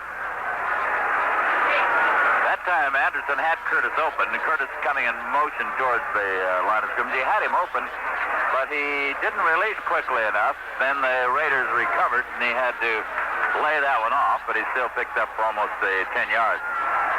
Second down and a yard to go now as the ball is spotted on the 33. Elliott and Clark is still the running backs for Anderson, the quarterback. Motion to the outside by Linville Elliott. And now Booby Clark gets the first down inside the 30 and on to the 28-yard line. Booby Clark carrying Gerald Aaron. Coming in to make the tackle. Going to be spotted nearer the 27. First and 10 for Cincinnati. Oakland leading 24-7. Paul Brown sending in the next play now. Paul Brown, 67 years of age. Having begun his pro coaching career in 1946 with the Cleveland Browns, a team named for him. Elliott and Clark evened up. Elliott in motion to the left side. Anderson dropping back to set. Now throws to Elliott out in the left flat. One-on-one. He breaks one tackle, and he gets on inside the 20. Stretches himself out to near the 18-yard line. Phil Villapiano from Bowling Green made the stop. Going to be second and about a yard to go. Ball is spotted inside the 19-yard line. Anderson throwing that pass, I would think that sooner or later the Raiders with two men over there, one of them is going to take the gamble of maybe stepping in for the interception. You're also taking the gamble that he steps by you for 6 points. But if they have double coverage on that man out there, if they can get two men over there, they might go for the interception. Double tight end, and Fritz is a running back. That's Curtis in motion back across to the left side. And that's Booby Clark for the first down, and he's just inside the 15-yard line. Monty Johnson brought him down. First and 10 for the Bengals at the 15 of the Oakland Raiders. 6 minutes, 13 seconds remaining in the third quarter. Clark has carried 6 times for 34 yards this afternoon. Bob Johnson, the center, was trying to block for him and did block for him, but he got held up in the middle, and Clark was a little bit too close to him. They tried to cut it the outside. He could have made quite a bit more yardage, but he ran into Johnson and knocked him off balance. Going to the left, Isaac Curtis is flanked to the right side. Dropping back is Ken Anderson. Puts it up to Linville Elliott, incomplete. Covering out there was Phil Villapiano, so it's going to be second and 10 at the 15. We pause 5 seconds for station identification. This is Mutual, your network for news and sports. This is the American Forces Radio and Television Service. SCN Canal Zone. This is Lindsey Nelson with Lon Simmons and the Mutual crew. Here at the Oakland Alameda County Coliseum. Bright, warm day. Sun is shining brightly. And the Oakland Raiders are leading Cincinnati by a score of 24-7 in the third quarter. Second and 10 for Cincinnati at the Oakland 15. Running back to the I formation. This is Booby Clark. Penalty marker is thrown. I think Oakland might have been offside to see if they're going to call Cincinnati for drawing them off, but two of the Raiders jumped. Pick up about a yard on the carry, but the penalty is against Oakland, and it was offside. That'll move the ball down further into Oakland territory. Puts it at the 10-yard line, makes it second down and 5 at the 10. Anderson today has completed 10 passes of 14 thrown for 105 yards. Came into the game as the leading passer in the National Football League, holding the conference lead and the league lead in passing. Having completed more than 60% of the passes he has thrown this season. They're in a double wing now. Booby Clark is the lone setback. Beg your pardon, they move into an I with Linville Elliott deep. Here's Anderson dropping back. And he throws incomplete. Down about the 5-yard line. Pardon me, Lindsey. They were trying to set up a screen, I believe, in there. It was sort of a strange screen. They were lucky that they didn't get called for an illegal man downfield because Johnson, the blocker, was out in front of that and looked like he was across the line of scrimmage. Monty Johnson, the linebacker for the Raiders, is shaken up. He's getting attention now as we have an official's timeout. Monty Johnson is stretched out. With a score, Oakland 24, Cincinnati 7. There's a timeout on the field. Checking other college basketball championship classics played on Saturday in the championship game of the Louisville Classic. Louisville defeated Texas A&M 102-88. Kentucky State won the consolation game over Seattle 88-81. In the Motor City Classic championship game, Detroit won it 74-64 over DePaul. And in the consolation game, George Washington defeated Wyoming 57-55. In the Pillsbury Classic championship game, Minnesota 80-74 over Creighton. The consolation game to Butler 63-50 over Penn State. In the Ocean State Classic, the championship game to Rhode Island, upsetting San Francisco, a team at the moment that is ranked in the top 20, number 16 in the UPI top 20, 85-77. Niagara won the consolation game 77-59 over Brown. A lot of other games played around the country. They were not tournament games, but in the East, Bluefield State 70-61 over Mercyhurst, Concord 74-70 over Lenore-Rhine, Monmouth College 95-63 over Moravian, Montclair State 95-75 over Pace. The Bengals lost their middle linebacker on the Raiders' last drive. Now Monty Johnson comes out on this play, and Mike Dennery goes in replacing him. Dennery is a second-year man from southern Mississippi. 6 feet, 226 pounds. Third down and 5 for Cincinnati at the Oakland 10-yard line. Trumpy brought the play in from Paul Brown. That's Curtis in motion back to the left side. Now Anderson looking, steps up and decides to run it. Trying to get to the first down stick, but I think he's a little short. He got to about the 6-yard line. Bill Villapiano came in to make the tackle. Johnson's going right back in now, so he wasn't badly injured. Monty Johnson right back in, the 3-year man from Nebraska. It's going to be 4th down and a yard to go. 4th and a long yard with the ball at the 6-yard line. Trailing 24-7, of course. Paul Brown figures he must try to pick this one up. Dan Fitz was coming out with the next play, but he's going off the field. Ruby Clark and Linville Elliott stay in the I formation. Low is in, 4 down lineman. And here's Linville Elliott for the first down and the touchdown. Linville Elliott kept spinning, and he took it in from the 6-yard line for the touchdown, Cincinnati. So it's 24-13 with the conversion attempt coming. Well, there was some excellent blocking on the right side of that Cincinnati offensive line. They really did a job blowing out the Raiders on that side. Again, I think the Raiders were probably anticipating a spot and just anticipated the wrong spot. Ricky Davis is in the hole now as Dave Green will attempt the conversion. Green was 40 for 45 during the regular season in points after. 4 minutes, 46 seconds left to play in the third quarter. Davis puts it down. Green boots it up. And it's good. So with the score, Oakland 24, Cincinnati 14. There's a timeout on the field. Checking other scores now in college basketball on Saturday in the South. It was Duke 111-90 over Western Kentucky. LSU 89-85 over Stanford. Vanderbilt 75-71 over Boston College. Memphis State 97-66 over Cal Poly. And North Carolina State 79-74 over Auburn. In the Midwest, Bradley 63-50 over Kent State. Nolan 94-70 over Takeo. Green Bay 54-44 over Winona State. Houston 72-68 over Dayton.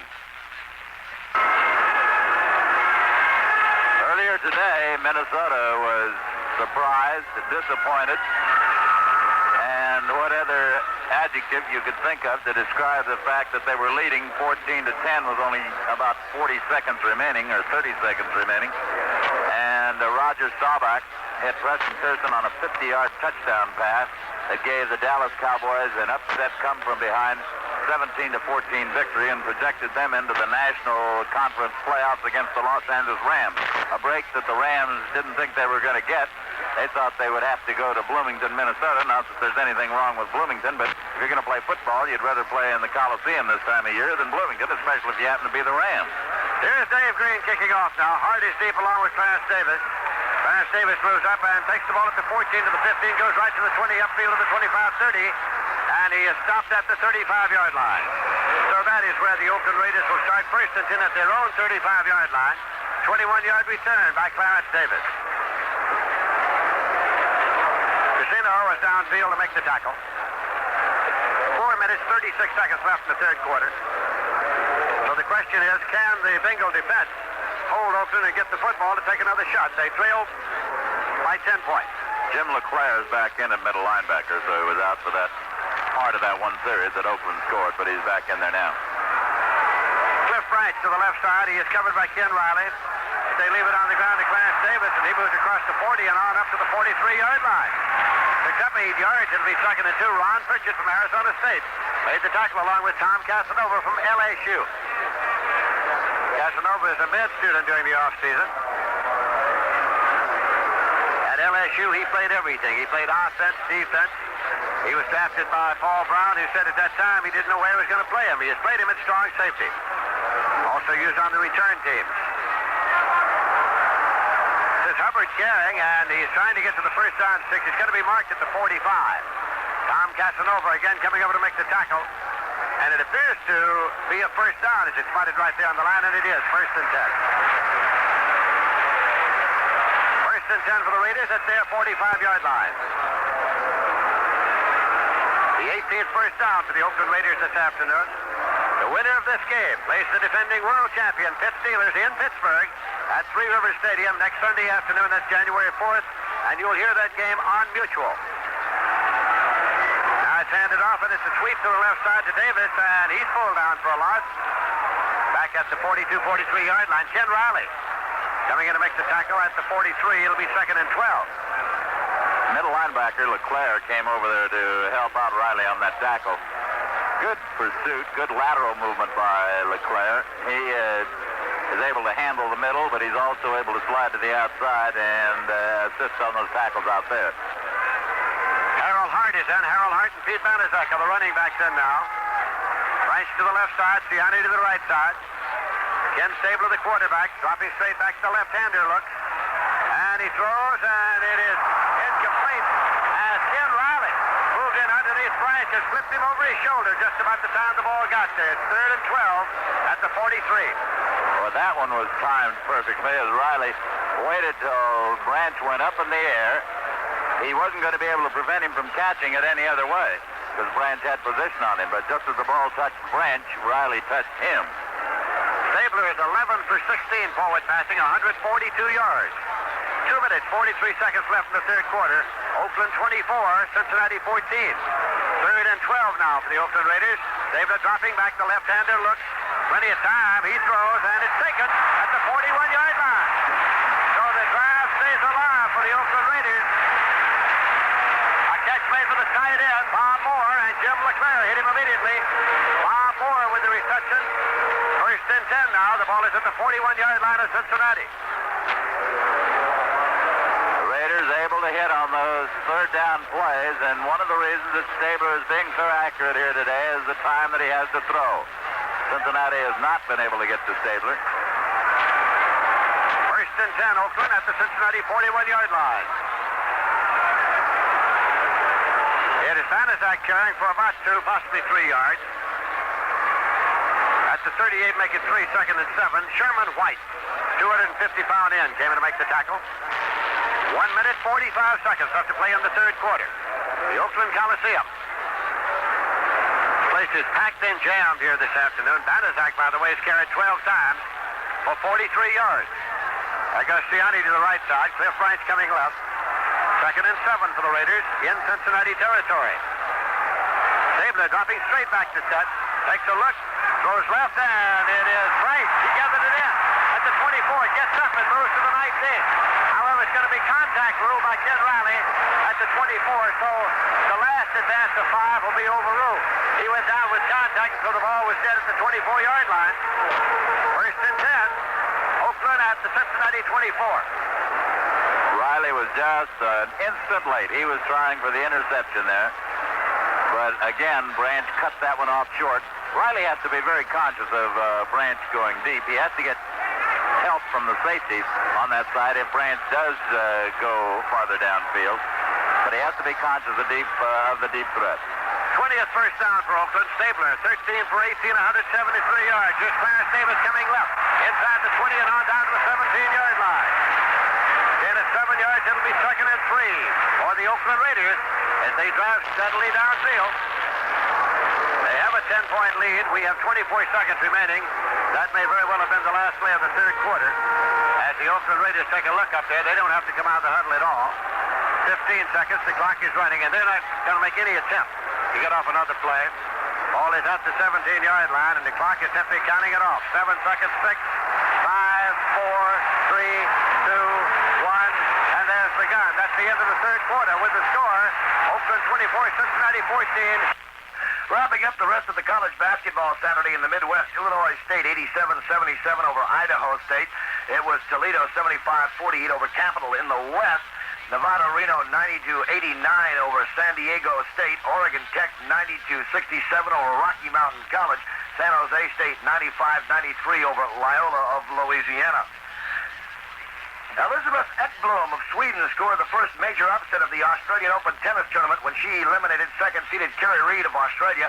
Ekblom beat Reid 6-4, 6-3. Earlier, top-seeded Yvonne Goolagong of Australia breezed through the first round of the championship with a 6-3, 6-1 victory over Lotta Stenberg of Sweden. Richard Lewis of England moved into the second round of the men's singles when John Trickey of Australia withdrew with leg cramps in the fourth set. The only American to see action, Raz Reid, was eliminated by Sid Ball of Australia 6-2, 7-6, 6-2. Fourth quarter of action just about ready to get underway, and the Cincinnati defense is going to start straightening up. Just 15 minutes remaining for Oakland to hold on or Cincinnati to catch up. And Oakland right now is in the best holding position because they're down at the 17-yard line of the Bengals. Second down and about 3 yards to go. Moving the ball steadily against the Cincinnati defense that has not really been able to stop the Raiders today, and that is evidenced by the fact that the Raiders have not had to punt. They haven't had to use one of their biggest weapons, the Ray Guy. Here come the Raiders, 2nd and 3 at the Cincinnati 17-yard line. As we start the final quarter of play, Lindsey Nelson, Lon Simmons, and the Mutual crew in Oakland. Here's Banaszak, a big opener to left side, inside the 10 and on down to the 6-yard line. First and goal for the Raiders at the 6-yard line of the Cincinnati Bengals. A big hole opening up there. The offensive line of the Oakland Raiders, Art Shell, Gene Upshaw, Dave Dalby, George Beeler, and John Ballot have been straighting the defensive alignment of the Bengals here this afternoon. Bernard Jackson, Ken Riley finally made the stop. Banaszak has carried 13 times for 53 yards here this afternoon. Banaszak and Clarence Davis for the running back. Davis now comes right. Tries to get outside, but he stopped at the line of scrimmage. It'll be 2nd and goal at the 6-yard line. Lamar Parrish, 6-year veteran from Lincoln, in to make the tackle.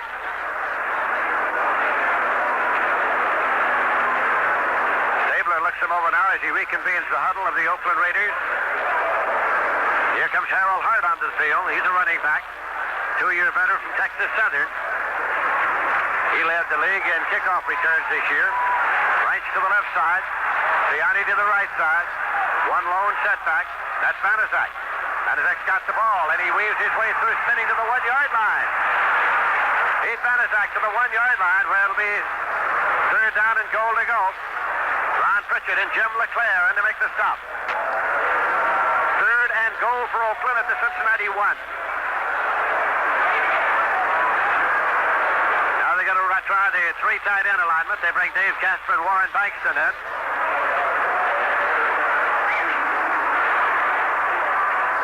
Stabler has not been sacked today. Anderson's been sacked 4 times.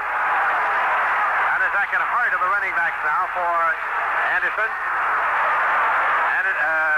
Stabler. Stabler has the ball, and he throws to tight end.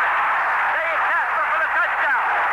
Dave Casper took the pass from Kenny Stabler for the touchdown. He was deep in the end zone. Dave Casper, the former Notre Damer, took the pass for the touchdown. However, there's a penalty marker on the play. Holding is against Cincinnati. It is declined. It is a touchdown. Cincinnati holding. The penalty, of course, declined. And the touchdown pass goes from Stabler to Dave Casper. Conversion attempt coming now. Stabler will be holding for George Blanda. Stabler waiting for the snap, puts it down. Blanda puts it up, and it's good. There's a timeout on the field with the score. Oakland 31, Cincinnati 14, and now this word. The Oakland Raiders and the Pittsburgh Steelers met last December 29th in Oakland to decide the American Football Conference champion. With the dust cleared, Pittsburgh had won 24-13. They went on to win the Super Bowl. This season, the AFC Championship will be decided on January 4th, and you can tune in the exciting play-by-play with Lindsey Nelson and Al Wester exclusively on Mutual. January 4th, Mutual, the AFC Championship football game. Mutual, your network for news and sports.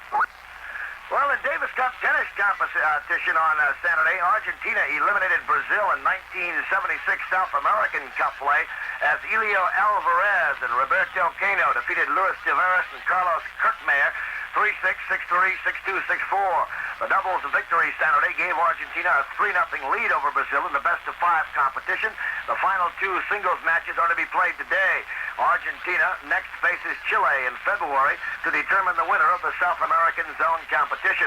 The Mexican government is studying whether it will permit the 1976 Mexican Davis Cup tennis team to play South Africa. The Foreign Ministry refused to issue visas to the 1975 South African team because of South Africa's racial segregation policies, and Mexico forfeited that match. Right now, back now for the kickoff.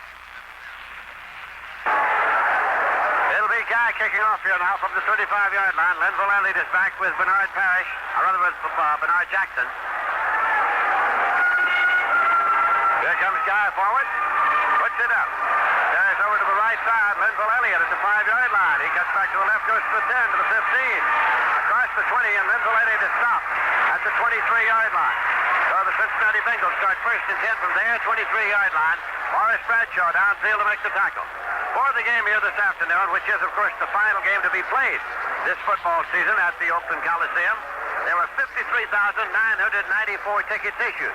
The attendance, the turnstile count today, 53,039. Only 955 no-shows and a crowd of 53,000 plus here at Oakland this afternoon. The ball is spotted near the 22. That was a putt from Modesto that didn't make it. It could well have been.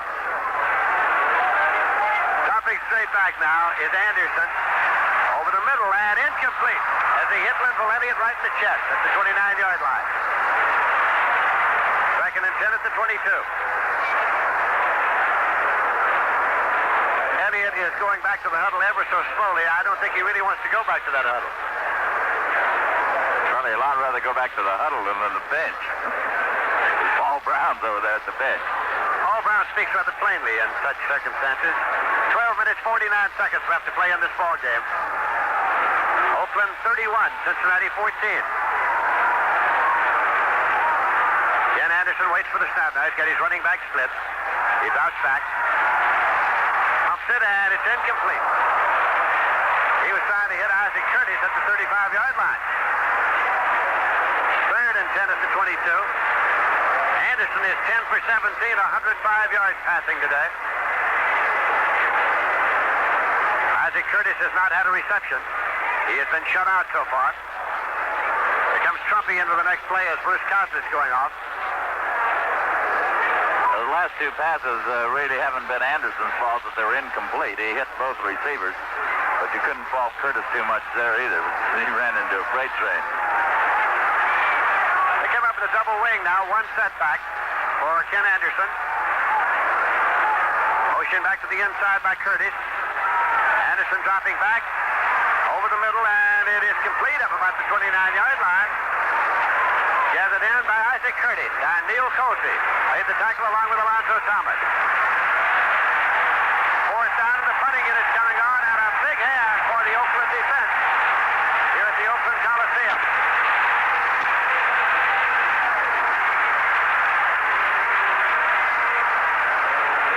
In to do the punting now is Dave Green. Ron Simmons pointed out, Ray Guy, who led the league in punting, has not been called upon to punt today for the Oakland Raiders. Neil Cosey is deep to return it. Green is standing on his own 15-yard line. A long snap made by Bob Johnson. Kick is up. Cosey moves up and makes the catch at his 37 to the 40, cuts up to the 45, back right, and he stopped at the 49-yard line. Again, excellent field position for the Oakland Raiders. They start first and 10 at their 49. We'll be on a plane tonight, flying from San Francisco to Jacksonville, Florida.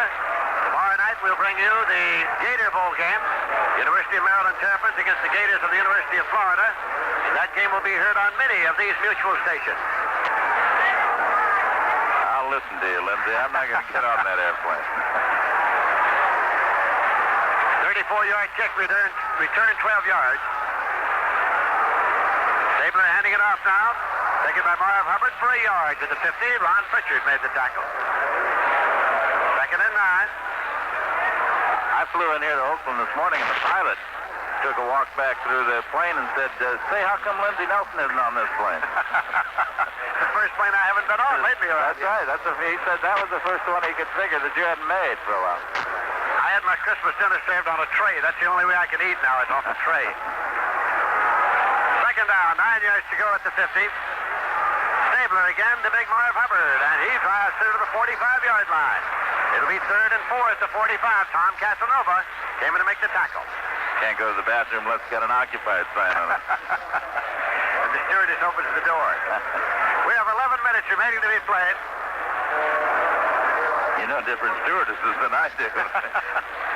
Morris Bradshaw has come into the lineup now. Paletnikov has come off. Ostiani has come off. It is. Paletnikov has played very little here today. 3rd down and 4 yards to go. Kenny Stabler, the strike is dropping back. Whips this one and it's taken at the 40. And it's Bryce, and there's a penalty marker. As Ken Riley made his move. Riley made his move, and there was contact over there, but Bryce made the catch anyway. Lamar Parrish finally made the tackle. So there is a penalty against the Cincinnati Bengals. Probably be refused because I think he made about a yard more than he would have on the interference. I don't know whether that's the case or not, but it'll be about the same place at the 41. Interference call, and it's declined. So the interference call is 1st and 10, and it's at the 39-yard line. You're exactly right. We came flying into the Oakland airport last night, and the pilot said the visibility seemed to be unlimited. And up till yesterday throughout the Christmas season, he said the visibility has been about 50 feet on a good day. Here's Stabler throwing out to the left side. Intercepted, and Ken Riley made his moves at the 40-45, 50-45. Finally brought down from behind at the 34-yard line of Oakland. Ken Riley has been making moves out there. He had made a move on Bryce, got an interference call just before, made the move this time and picked it off.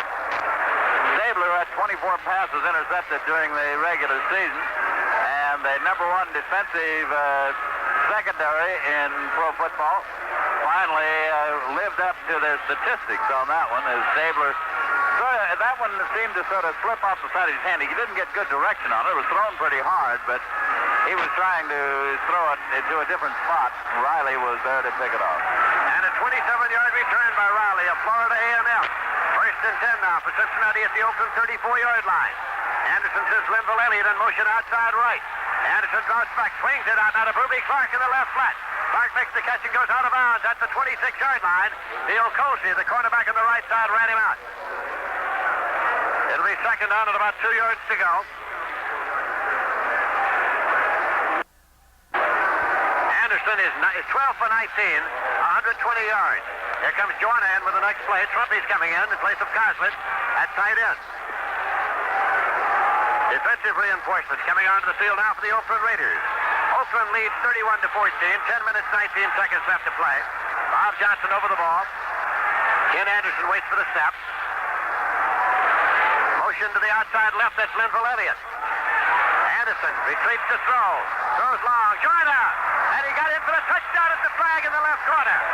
Jordan took the touchdown pass, a 26-yarder from Ken Anderson. Jack Tatum was covering down there. So it's 31-20 with the conversion attempt coming. As Cincinnati again is trying to narrow the gap to 10 points.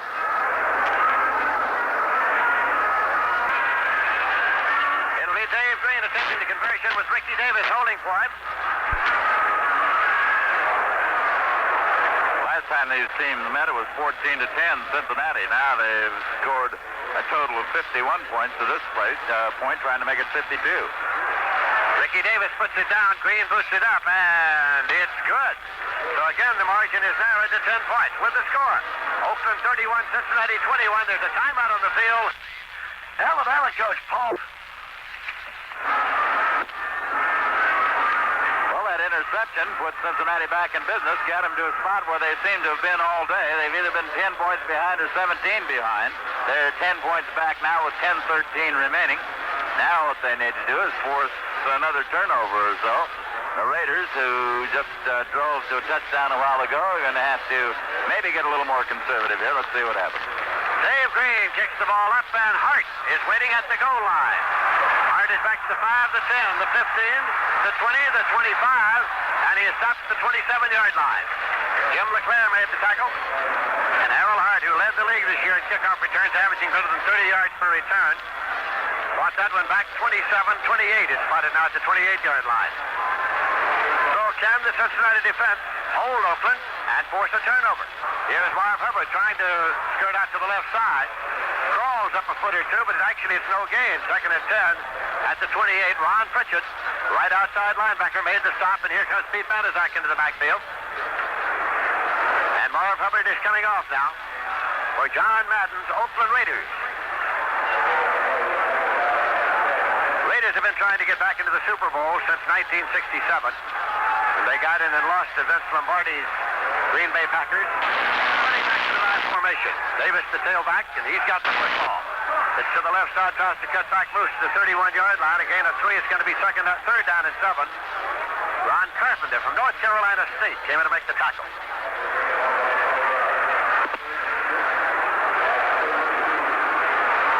Much of the pro football conversation around this area is around the subject of who's going to be the new head coach of the San Francisco 49ers. Dick Nolan having been let out as the head man. Gianni to the right side. Brights to the left side. Dropping back now is Stabler. And he is dropped. Penalty marker goes down. Penalty marker goes down, and it's Bob Brown who made the tackle. I think there was probably holding against the Raiders because as Bob Brown went by, it tackled him. Keep him from getting to Stabler, but that didn't help. He got to him anyway.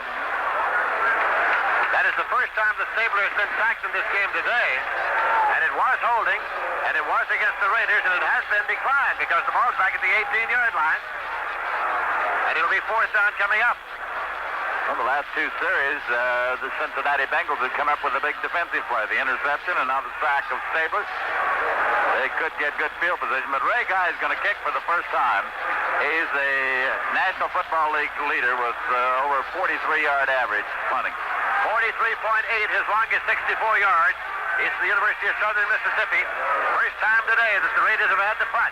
Guy puts it up, and it is taken and fumbled at the 48-yard line. Lyle Blackwood recovered the fumble for Cincinnati. We pause 5 seconds for station identification. This is Mutual, your network for news and sports. This is the American Forces Radio and Television Service. Lindsey Nelson with Lon Simmons and the Mutual crew at the Oakland Alameda County Coliseum. Blackwood took that punt, fumbled it, recovered himself at the 50-yard line. Cincinnati starts first and 10 at the 50. They are trailing by 10 points. Anderson brings them up now. Motion to the outside. That's Isaac Curtis. He's in a right set. Ken Anderson drops back. Throws to Curtis on a fly down the right sideline. Contact made. It could be interference. It could be interference. Offensive interference, they're calling it. George Atkinson was the defender. And offensive interference is being called. George Atkinson, the defender.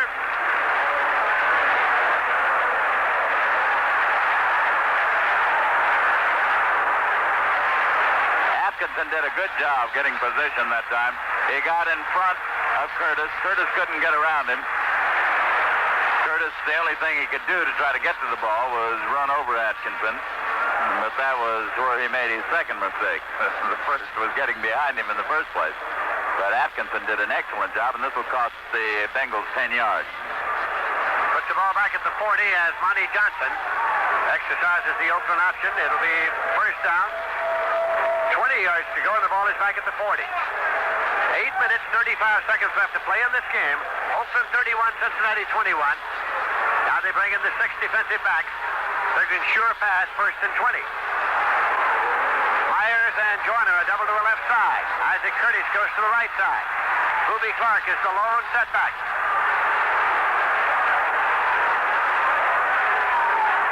That's motion. Costley to the right side.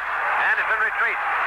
Whips it now to Ruby Clark, trying to cut back toward the middle. He got to the 43-yard line. A penalty marker on the play. There's a penalty marker. The ball was taken away after the whistle. Monty Johnson and Art Toms made the tackle. It was a lineman's flag. So Jim Tunney, the referee, comes over to indicate illegal procedure against Cincinnati. That'll cost them 5 more. Make it first and 25 back at the 35-yard line.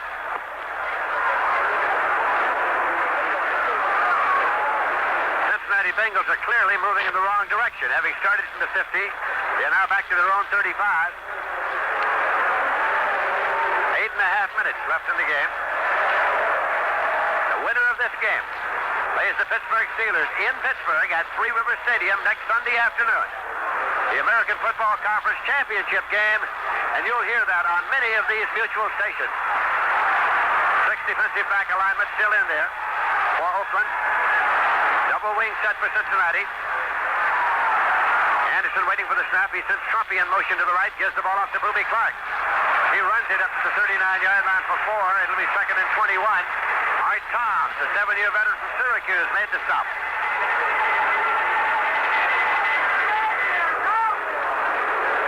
Next play is coming in, having been called by Paul Brown. This is his 41st year as a football coach. He started at Severn Prep. He coached at Massillon, Ohio, had a fabulous career there. Went to Ohio State, coached at Great Lakes during the war years of World War II. Became the head coach of the Cleveland Browns in 1946, the team name for him. There's a timeout, Cincinnati.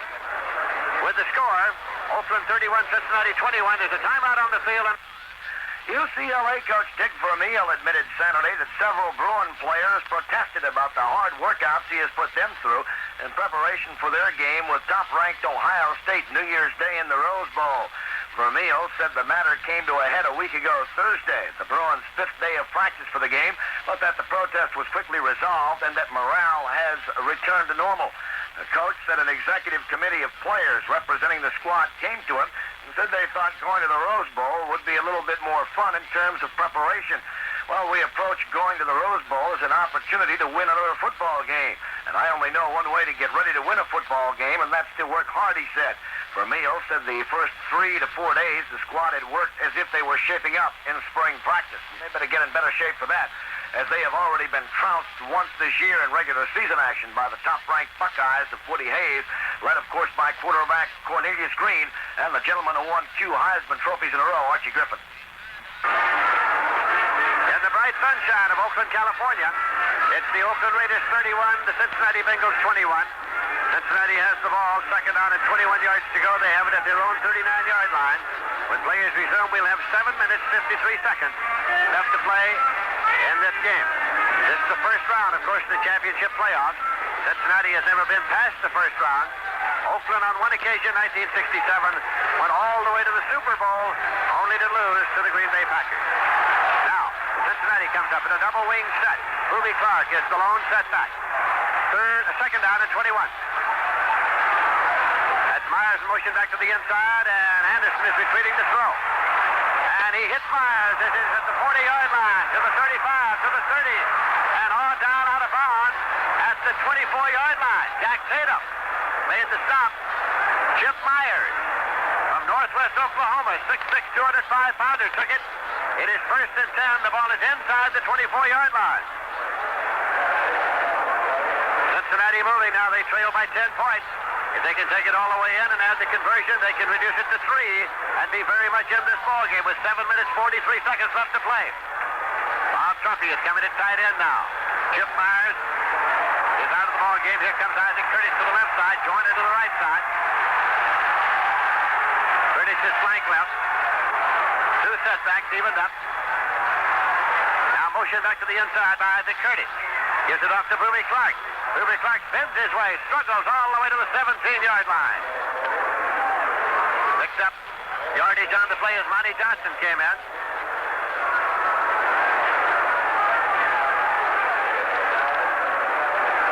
It's going to be 2nd down and a long 3.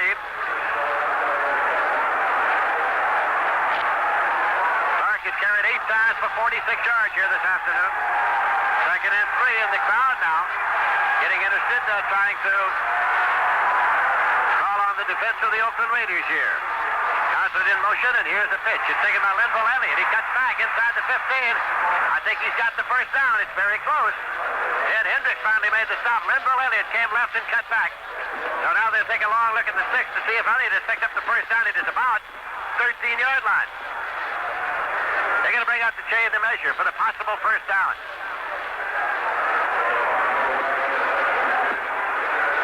Chain is stretched now, and it is a first down. out.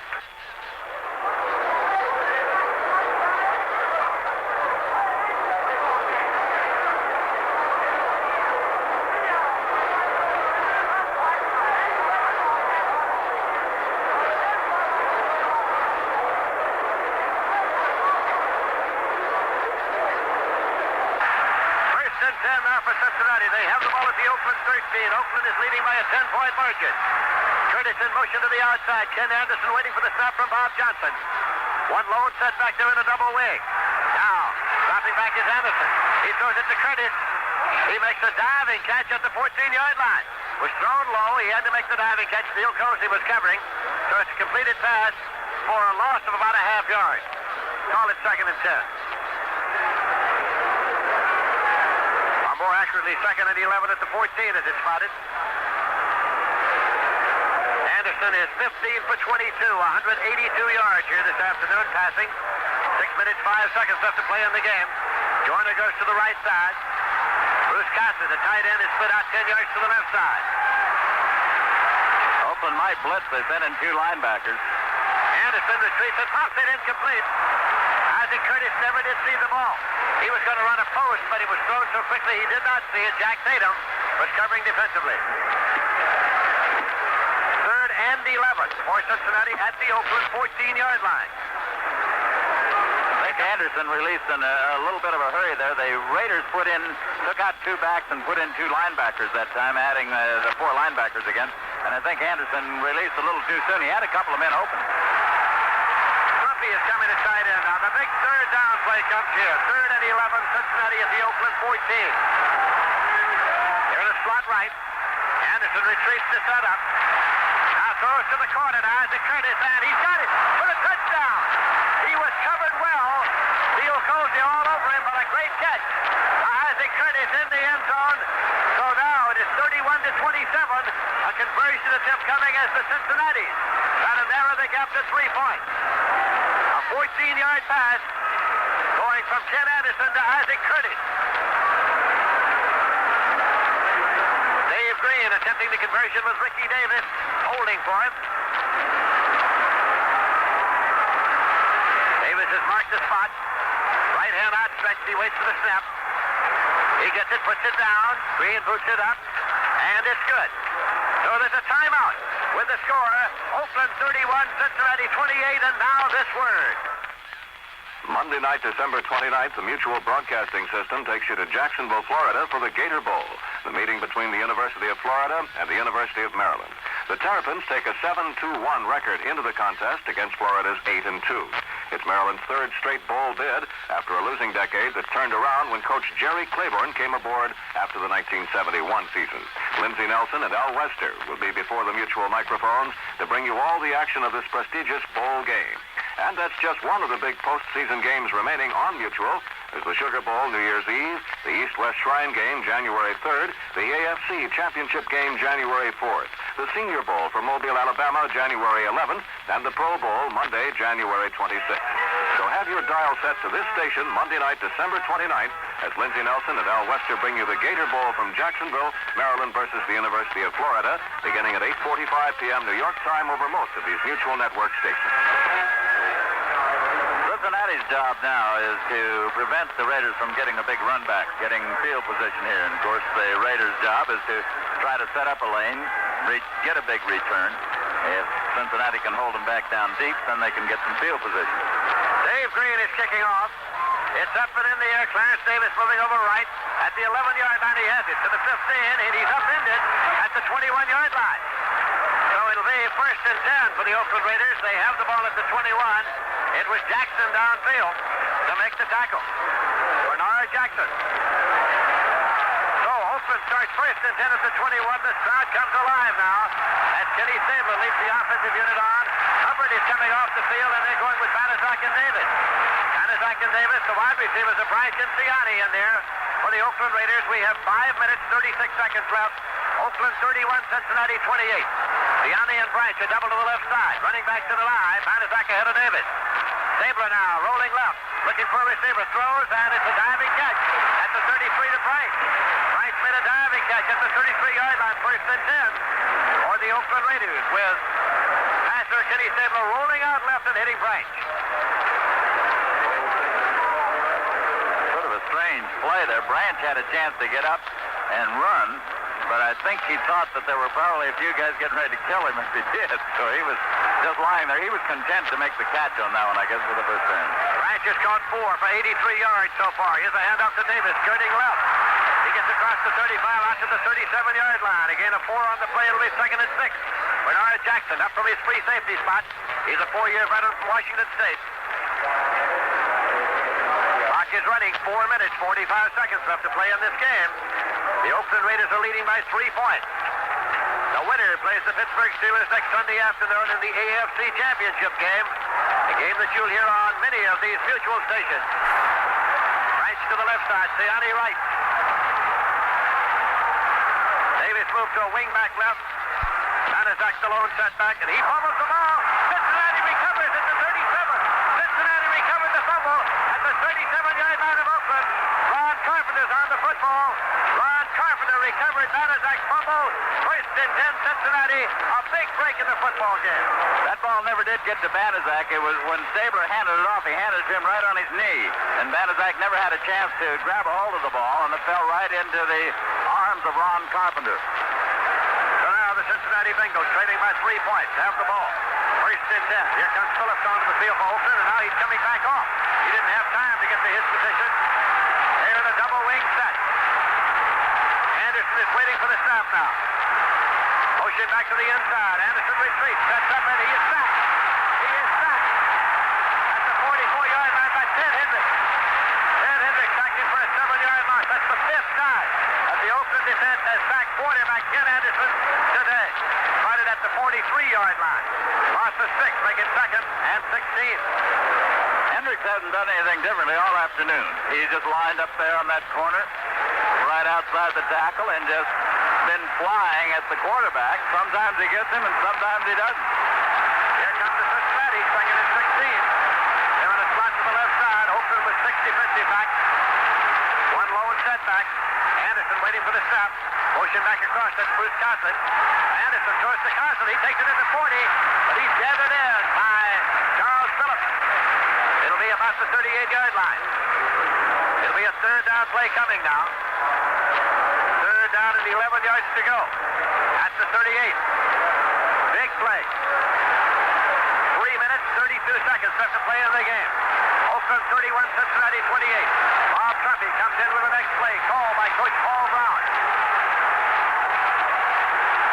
Here comes Joyner to the left side. Isaac Curtis to the right side. The running backs are evened up. Tight end Trumpy in the slot left. Ken Anderson waits for the snap from Bob Johnson. Trumpy in motion back to the right side. Anderson retreating now. Penalty mark is thrown. He throws to Trumpy. Trumpy gathered it in, but he was on the sideline marker. No catch. It's a lineman's flag. So the officials are in conference now. What about that flag? Illegal procedure is indicated against Cincinnati. They will be declined to make it 4th down. Jim Tunney, the referee, again indicates, now this time he indicates illegal motion. Decline to make it 4th down. It is 4th and 11 at the 33. Bengals are going to go for it. If you're talking about kicking field goals, Green is only 1 for 7 between the 30 and 39. He's 3 for 5 between the 40 and 49, but they're not going for the field goal. On 4th and 11, they're going to try to pick it up to stay alive here. Late in the ball game, trailing by 3. Linville Elliott in motion to the right side. Anderson retreats, and he throws out to Linville Elliott, and it's incomplete. The ball goes over. It was a high pass. Elliott went up, could not hold it. Field goal recovering. Ball goes over now to Oakland with 3 minutes, 2 seconds to play. First and 10, and Oakland takes it at their 38. The Oakland defense is held to take the ball back after the offense has fumbled it over to Cincinnati. That was sort of a strange play call with that 11 yards to go. If they were going to throw an incomplete pass, you'd think they would have been throwing it a little deeper downfield. They were trying to isolate the running back, I know, but they didn't have him. The Raiders had it well covered, and it had no chance of working even if he'd have caught it. First and 10 for Oakland. They have the ball at their own 38-yard line. They lead 31-28. 3 minutes, 2 seconds left to play. This is Banaszak going left. He gets across the 40 and out to the 41-yard line. He picks up 3 on the play. It'll be 2nd and 7. Ron Carpenter from North Carolina State made the tackle. Oakland reconvening the huddle now. Banaszak limps off the field, and here comes Marv Hubbard back in. Hubbard is in. Banaszak's out. Well, you really have to give credit to that Oakland defense, as Cincinnati had to be fired up, recovering that fumble, a chance to go out in front or at least tie it up, and Oakland didn't give them anything. Banaszak carries 15 times for 60 yards here this afternoon. Hubbard's in his place right now. Davis, the other running back. There's Hubbard. Big man gains only a yard as he goes to the 42.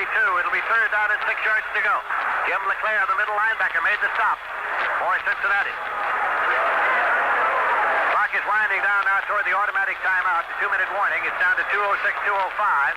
And I think we'll get it before we get another playoff. It's down to 2, and there is the automatic timeout, the 2-minute warning. The Terrapins of Maryland meet the University of Florida Gators tomorrow night, beginning at 8:45 New York time, over most of these Mutual Network stations. Al Wester and I will be there for the pageantry, the color, and the action of the Gator Bowl. Send your way with Mutual's best wishes for a happy holiday.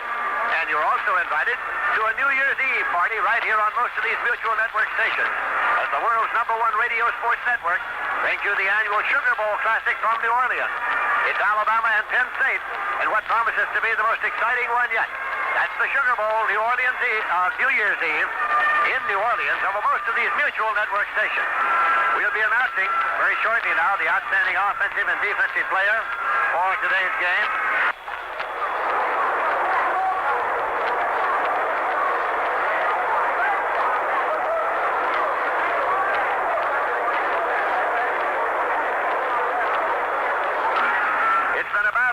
Oakland Alameda County Coliseum, with Oakland leading throughout the afternoon, but Cincinnati having closed the gap to 3 points with 2 minutes remaining to be played here. The Oakland defense held at a crucial time here after the ball had been fumbled away in Oakland territory to Cincinnati. The defense held and took the ball back. When play is resumed, it'll be 3rd down and 6 yards to go for Oakland. They have the ball at their own 42-yard line. On this one play right here might rest Cincinnati's season. If they stop the Raiders on this play and they force them to punt, they'll get a chance again. But if they lose it here, if the Raiders get a 1st down, Cincinnati may not get his hand on the ball again. Stabler's back to throw. He takes a look, throws it out to the right. It's complete. Taken out of the front by Bob Moore, the tight end. And he is out of bounds right at the 6. And so they're all congregated over there in front of the Cincinnati bench to see where that ball's going to be spotted. Question is, was Moore in advance of the 6?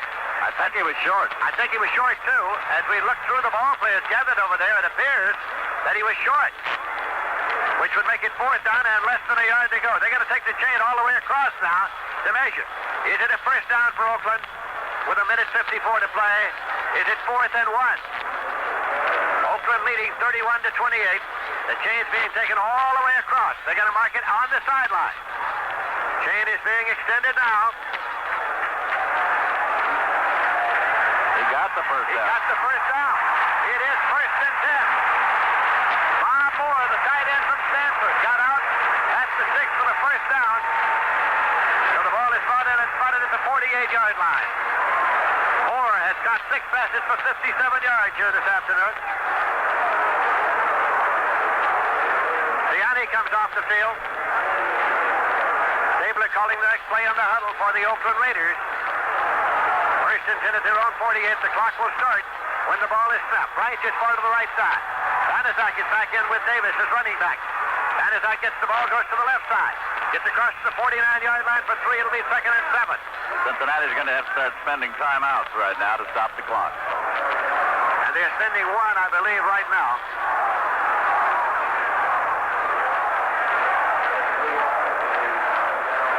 Ball is marked there at the 49-yard line. Timeout, Cincinnati. That is the 1st of 3. I beg your pardon, the 2nd of 3. They had to spend one earlier on their last drive when Anderson wasn't too sure of what he wanted to do. Ted Hendricks with 4 sacks, and he's also blocked a punt. He's had quite a day defensively out there, and Kenny Stabler did a pretty good day offensively. I think our board of experts might consider those two when it comes to the voting. Stabler has completed 17 of 23, 199 yards in the air. 3 touchdowns. Been an interesting game in the fact that it appeared that Oakland had it well out of reach, that they could do what they wanted to. I still think the big play as far as keeping this one a close game was the pass that Ciani dropped, and not finding fault with Ciani, but he looked as if he were going to have a touchdown or at least be down about the 1 or 2 yard line. He dropped the ball, and then eventually the Raiders were forced to go for a field goal, and that was blocked. And the Bengals went down to score a touchdown. So that was a turnover of 14 points there, which meant that the Bengals, where they are now, only 3 points behind. 2nd and 7 for the Oakland Raiders. They have the ball at the Cincinnati 49-yard line. 1:47 seconds left to play. Davis carries left. Pull back as he got a yard to the 48-yard line. Another timeout now. That will be the last one for Cincinnati. They have just spent their 3rd timeout. Ball is being brought in and spotted at the inbounds marker on the far side. And it is at the 47.5-yard line. Davis has carried 14 times for 51 yards this afternoon. It'll be 3rd down coming. 3rd and a long 6, actually 6.5. Clock says 1:41 seconds left. It will start when the ball is next snapped. So again, it's one of those 3rd down circumstances for the Oakland Raiders. They have managed to convert them at crucial times in this ball game this afternoon. Comes far to the right side. Hubbard is under the running back along with Davis. Davis going left, tries to cut back. And he gets through the 45 and gets on up very close to the 6. Appears to be short. Clock is running, of course, 1.5 minutes remaining. He appeared to be about a yard short, so it's going to be 4th down as the ball is spotted at the 43-yard line. The Raiders aren't going to punt, apparently. 4th and 1, and they're not going to punt. They're going to go for it as the clock is running with 1 minute 10 seconds. Of course, they might do again what they did early, try to draw take the 5-yard penalty. If they don't draw Cincinnati outside, use as much time as they can to run down the clock. 1 minute left to play. Still have not snapped the ball. They're still going to the count. Still counting, and they're going to take a delay penalty, I believe. They do. Now they'll punt exactly the ball. Right. The punter Ray Guy comes on as the clock wound down to 50 seconds. They have nothing to lose in that situation. They can run down the time on the clock. If Cincinnati gets anxious and jumps off, they get the 1st down. If they don't, they were going to punt anyway. Guy has kicked 1 time for 34 yards here this afternoon. He averaged 43.8 to lead the league. He wasn't in practice. It's been a long time since he'd punted today. Lamar Parrish on one side, Casanova on the other, and Blackwood is in the middle. Blackwood is in the center. 50 seconds. 50 seconds. Guy is standing on his 35-yard line. Oakland leading 31-28. Here's the snap. Guy gets it. Under heavy pressure, he got it off, and there might be a roughing the penalty. Roughing the kicker penalty. The ball is down in the end zone for a touchback as we put it play at the 20. But Guy was run into. A flag was thrown. A roughing the kicker penalty. And that will give Oakland the ball and a 1st down. Roughing the kicker. As Cincinnati tried with a heavy rush to block it, he got it off. But there was a roughing the kicker penalty. The ball is brought back. The kick went into the end zone. Penalty is marked off 5 yards running into the kicker. Running into the kicker as opposed to roughing. So it is a 5-yard penalty. 1st and 10 for Oakland at the Cincinnati 43. Well, that was a calculated risk with no timeout, especially. We have a timeout now. We'll pause 5 seconds for station identification. This is Mutual, your network for news and sports. This is the American Forces Radio and Television Service. ACN Canal Zone. Cincinnati had to take no timeouts. If Guy got the kick away, they were going to be a long, long way off from that end zone. So they just thought they might be able to block the kick. Kenny Stabler takes the ball, simply steps back and hits the deck. They know Cincinnati cannot stop the clock. They just want to run it out now. They'll have to run one more play. It is back to the 46-yard line. A loss of 3 on the play. It'll be 2nd and 13. They simply use a tight alignment to protect the quarterback. He takes the ball and drops back. Clock is running, 20 seconds remaining. This will be the last play of the ball game. Oakland 31, Cincinnati 28. Again, they align the backs in close and a ring around Stabler, who'll step back and hit the deck, and he does. Takes a loss of a yard back there to the 47. The clock is running, 6 seconds, 5 seconds, 4 seconds, 3 seconds, 2 seconds, 1 second. There's the gun. Oakland has defeated Cincinnati by a score of 31 to 28. Oakland will be playing the Pittsburgh Steelers next Sunday afternoon for the American Conference Championship at Three River Stadium in Pittsburgh. Final score, Oakland 31, Cincinnati 28. We'll present the wrap-up of today's game after this message. Well, another surprising and tight football game, as was the first one played today. Drew Pearson put himself in a state of shock, his coach into a state of disbelief, and the Dallas Cowboys into the NFC Championship game with 1 pass catch. Pearson shrugged off a bumping contest with a Minnesota Viking defensive back to come back for an underthrown pass, put it on his hip, and twisted into the end zone for a touchdown with 24 seconds to play to give the Cowboys a 17-14 win. A 50-yard TD play put the Cowboys, who finished the regular season with a 10-4 record and reached the playoffs as the wild card team, into the NFC Championship playoff game on the Los Angeles Rams home field next Sunday. The Vikings were barred from a chance at a 3rd straight Super Bowl appearance. The pass was underthrown and I had to come back for it, Pearson said. All along, Roger Staubach kept asking me if I could get deep. Finally, we ran out of chances. I told him this was the time. I gave Nate Wright an inside move, and we were even more lucky because I got the ball. Lindsey Nelson, what did the Board of Experts say about the most valuable players today? Well, the Board of Experts who have been watching this game through its entirety say that Kenny Stabler should be the offensive player of the day. We can't find much to dispute that. And they say that a man who has not played regularly this year with the Oakland Raiders, but played certainly here today in fine shape, Ted Hendricks, who had 4 sacks in the ball game, blocked a kick, and did a number of other things, should be the defensive player of the day. Ned Stork did everything but deliver a baby today.